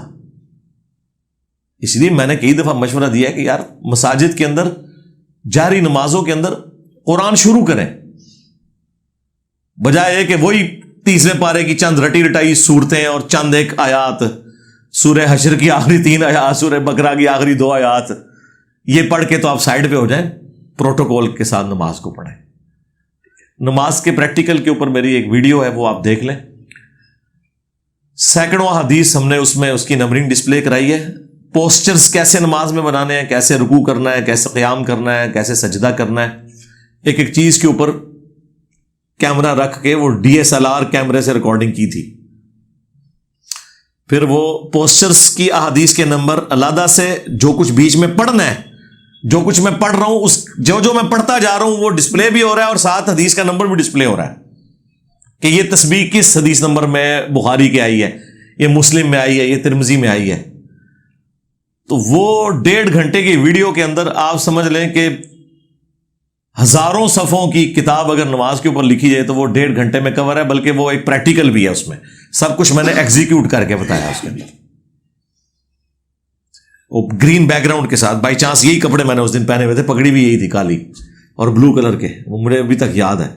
بڑی محنت کے ساتھ ہم نے اس کی ریکارڈنگ کی تھی کیونکہ ہمیں پتا تھا کہ یہ لوگوں کے لیے فائدہ مند ہوگی. اپنے بچوں کو سکھائیں. ابھی میری بچی اگلے دن مجھے 7 سال کی ہونے والی چھوٹی، تو وہ مجھے کہتی ہے بابا نماز مجھے طریقہ نہیں آتا تو نماز، میں نے کہا تم نے یاد تو کر لی ہے، نہیں وہ پڑھنی کیسے ہے؟ تو میں نے کہا لکھو نماز پریکٹیکل، اس کے بعد چھوٹا ٹیب ہے، اس نے اسی ٹائم جی نماز پریکٹیکل انجینئر محمد مرزا لکھا، ویڈیو کھولی. میں نے کہا بچہ یہ دیکھ، اس میں پورا طریقہ ہے، پھر شام کو اگر کوئی بات سمجھ نہیں تو ڈسکس کر لیں گے. سرکار ہم نے تو آپ کے مسئلے حل کر دیے ہیں، آپ نے اپنے بچوں کی جو ٹریننگ کرنی ہے. اب ٹین ایجرز میں لوگ پہنچ کے جو بچے، ان کو آپ نے غیر ضروری بال صاف کرنے کے بارے میں بتانا ہے تو ہماری ویڈیو دکھا دیں. اور یہ ساری وہ ویڈیوز ہیں جو ملینز میں پہنچی ہوئی ہیں، بڑے مینیجبل فارم میں، بڑے اخلاقی زبان کو استعمال کرتے ہوئے جو اس حوالے سے مسائل ہیں وہ بتائے ہیں. استنجے کا طریقہ کیا ہے؟ پوری زندگی لوگوں کو استنجے کا طریقہ نہیں پتا ہوتا اور کہتے ہیں جی قطروں کی بیماری ہے. انہیں یہ پتہ ہی نہیں ہے کہ نیچرل ہے یہ. ہاں ہمارے پٹھانوں کو یہ پتا ہوتا ہے، وہ جسے ہم کہتے ہیں وٹوانی کرتے ہیں، وہ یہاں تو لوگوں کو پتہ ہی نہیں ہوتا، کہتے ہیں جی قطروں کی بیماری ہے. تو اس کے اوپر بھی میں نے ویڈیو، کوئی ٹاپک چھوڑا نہیں، وضو، غسل، ہر ٹاپک کے اوپر ویڈیوز ریکارڈ کروائی ہیں کیونکہ اب موڈ یہی ہے. دوسرا کتابوں میں آپ کو کہاں سے ملنا ہے؟ کتابوں میں تو یہ ملنا ہے یہ کافر ہے اور وہ کافر ہے، ہاں ہم جنت میں ہیں یہ جہنم میں. اور ویڈیوز میں کیا ملے گا آپ کو؟ ریپلائی ٹو انجینئر محمد مرزا. ہاں ان سارے مولویوں سے کہ وضو، غسل، نماز، اس کے اوپر بھی کوئی بات کر لو. یا پوری زندگی یہی کرنا ہے، گالیاں دینی ہے انجینئر صاحب کو، دین کی خدمت یہ بنا لی ہوئی ہے تو ٹھیک ہے، ہمیں تو کوئی فرق نہیں پڑتا۔ نماز میں جب ہم السلام علیکم ورحمۃ اللہ کہہ کر نماز ختم کرتے ہیں تو یہ سلام کس کو کر رہے ہوتے ہیں؟ جی ہم یہ اپنے ساتھ والے نمازیوں کو بھی کر رہے ہوتے ہیں اور فرشتوں کو بھی کر رہے ہوتے ہیں، اور صرف السلام علیکم ورحمۃ اللہ نہیں، ابو داؤد میں ایک حدیث میں السلام علیکم ورحمۃ اللہ وبرکاتہ بھی ثابت ہے۔ ویسے عام سلام میں وبرکاتہ آپ نے سنا ہوگا، نماز میں نہیں، اس لیے میں بعض اوقات جب نماز پڑھاتا ہوں جان بوجھ کے وبرکاتہ بھی کہتا ہوں، وہ بھی ثابت ہے۔ تو یہ آپ فرشتوں کو بھی کر رہے ہیں اور اپنے ساتھ والے نمازیوں کو بھی کر رہے ہیں، ٹھیک ہے، وہ آپ کو کر رہے ہیں، آپ ان کو کر رہے ہیں۔ ایون لوگ نماز پڑھ رہے ہیں، آپ مسجد میں انٹر ہوں تو آپ السلام علیکم ان کو کر سکتے ہیں، لیکن وہ بہت اونچی آواز میں ترائی نکل جائے، آرام سے نارمل انداز میں، اور اس میں انہوں نے جواب نہیں دینا، صرف ہاتھ کا اشارہ کر دینا ہے اور سلام کا جواب ہو جائے گا۔ یہ ابو داؤد میں حدیث موجود ہے، الموطا امام مالک کے اندر، نمازی کو آپ سلام کر سکتے ہیں، لیکن وہ ایک دم اتنی اونچی آواز میں کرنا کہ لوگ جو ہے پریشان ہو جائیں کہ کیا ہو گیا، اس میں بھی اوائڈ کرنا چاہیے، بس نارمل۔ اور باقی السلام علیکم کا بڑا فائدہ ہے، دیکھیں یہ سلام کتنی بڑی نعمت ہے، آپ اگلے بندے کو اپنے ساتھ کس طرح انگیج کر رہے ہیں کہ آپ دعا کے ساتھ اپنی بات کا آغاز کر رہے ہیں، ایک دوسرے کا خوف بھی ختم ہو جائے گا۔ ایک بندہ مسجد میں انٹر ہوا ہے اور السلام علیکم کہتا ہے تو آپ کو یہ تسلی ہوگی جناب کہ کوئی غلط ارادے سے نہیں آیا۔ پاکستان میں تو یہی خطرہ ہے نا، اور دیکھیں خطرہ ہمیں نہ ہندوؤں سے، نہ گلی محلے میں صفائی کرنے والے ان کرسچنز سے، خطرہ کن سے ہے؟ مسلمانوں سے۔ کتنا بڑا المی ہے، اور دنیا کو یہ درس دے رہے ہیں اسلام امن کا دین ہے۔ کس منہ سے درس دیں گے؟ ہماری لائفز ونریبل ہوئی ہیں اس مذہبی طبقے کے ہاتھوں۔ یعنی آپ مسجد میں اونچی آمین کہیں تو آپ کو یہ خطرہ نہیں ہے کہ اس محلے میں جو ہندو ہے وہ آ کے آپ کو کہے گا کہ آمین اونچی نہ کہے، مسجد باہر کاٹ دے گا۔ آپ رفع الیدین سے نماز پڑھیں تو آپ کو اس گلی میں رہنے والے کسی کرسچن سے خطرہ نہیں ہے، آپ کو خطرہ ہے ان مسلمانوں سے۔ اچھا، اور یہ مسلمان بھی وہ ہیں جو پاکستان، انڈیا، بنگلہ دیش میں ہیں، یورپ امریکہ میں ان کے سافٹ ویئر اپڈیٹ ہوئے ہیں، وہاں کسی کو تکلیف بھی نہیں ہوتی کہ یہ ہاتھ چھوڑ کے پڑھ رہا ہے یا ہاتھ باندھ کے پڑھ رہا ہے، یہ رفع الیدین کر رہا ہے نہیں کر رہا۔ اتھے تے کوئی عاشق رسول نہیں پیدا ہوا ہالے تک، کو ویکھیا جے؟ حالانکہ یہ سارے اسی مینٹلٹی کے لوگ ہیں۔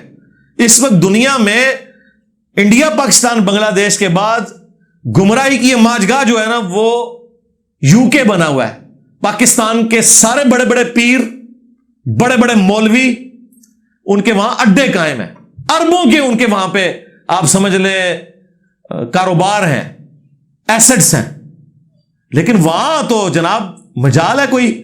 یہاں آپ کسی پیر صاحب کی مسجد میں آمین اونچی کہہ کے بتائیں، وہاں آپ جا کے کسی پیر کے کان میں بھی آمین اونچی کہیں نا، وہ تو انہوں کچھ نہیں کہتا، ہاں، کیونکہ وہاں اس کا دنیا کا نفع جڑا ہوا ہے، اسے پتا ہے کہ اٹھا کے پرے پھینکیں گے، یہاں انہیں پتا ہے ہم بدماش ہیں، جو مرضی کریں، ہمیں کو پوچھ سکتا ہے۔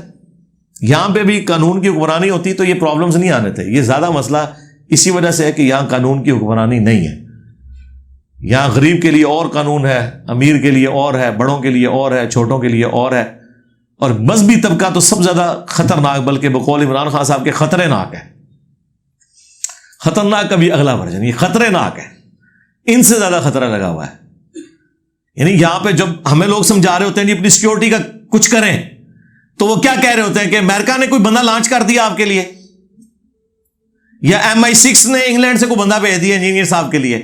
وہ یہ کہہ رہے ہوتے ہیں یہ جو عاشقان رسول آپ کو، عاشقان صحابہ، عاشقان اہل بیت، داڑیوں والے، پگڑیوں والے، یا حاجی نمازی جو نظر آ رہے ہیں نا، ان سے اپنی سیکیورٹی کا کچھ کریں۔ یہ نہیں کہتے کہ شیطان سے سیکیورٹی کا کریں، وہ کہتے ہیں ان بزرگان دین سے بچیں آپ۔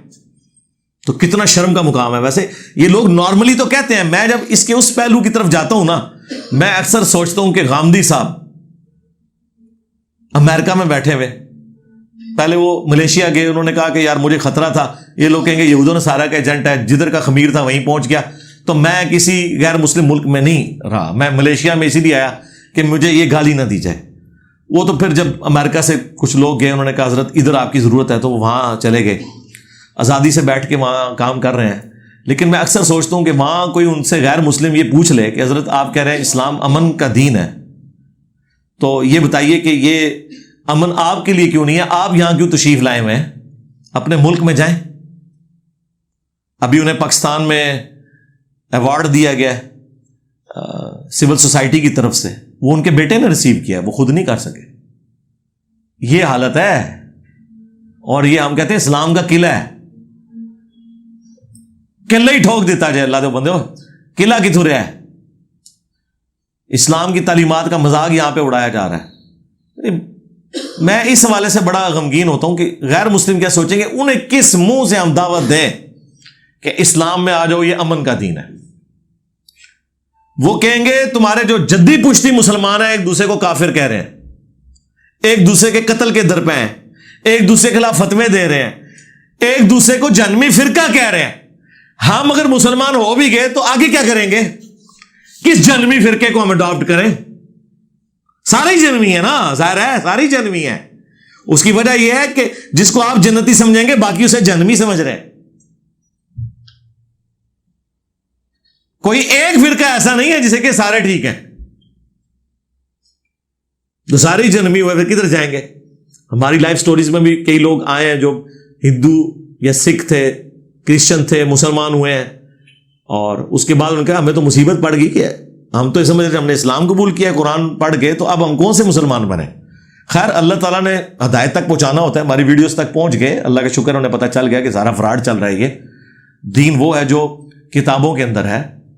آپ نے کسی بھی ریلیجن کو سیکھنا ہے، سمجھنا ہے، اس کی تعلیمات کو اس کی بک سے پریکٹیکلی چھوڑ دیں. پریکٹیکلی تو انبیاء کی زندگی میں بھی لوگ ان کو قبول نہیں کرتے،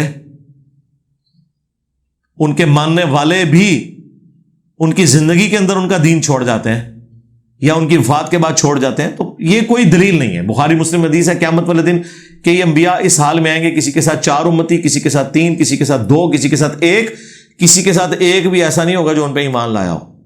تو کیا وہ انبیاء ناکام ہو گئے؟ نہیں، انبیاء نہیں ناکام ہوئے، امتیں ناکام ہوئی ہیں. انبیاء تو کامیاب ہے جب انہوں نے بات پہنچا دی، ان کا کام اتنا ہی تھا، وما علینا الا البلاغ. ٹھیک ہوگا جی. صلو علی محمد وعلی محمد، اللہم صلی علی محمد وعلی آل محمد واصحاب محمد اجمعین الی یوم الدین.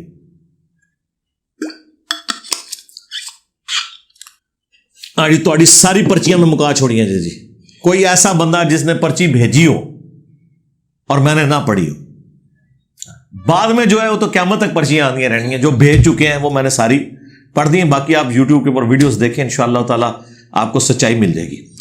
اللہم انی اسألک بانک انت اللہ لا الہ الا انت الاحد الصمد الذی لم یلد ولم یولد ولم یکن له کفوا احد والہکم الہ واحد لا الہ الا هو الرحمن الرحیم الف لام میم اللہ لا الہ الا هو الحی القیوم اللہم صلی علی محمد وعلی آل محمد رب ارحمہم کما ربیانی صغیرا ربنا هب لنا من ازواجنا وذرياتنا قرة اعین واجعلنا للمتقین اماما ربنا آتنا في الدنيا حسنة وفي الآخرة حسنة وقنا عذاب النار ربنا آتنا من لدنك رحمة وهيئ لنا من أمرنا رشدا اللهم أحسن عاقبتنا في الأمور كلها وأجرنا من خزي الدنيا وعذاب الآخرة.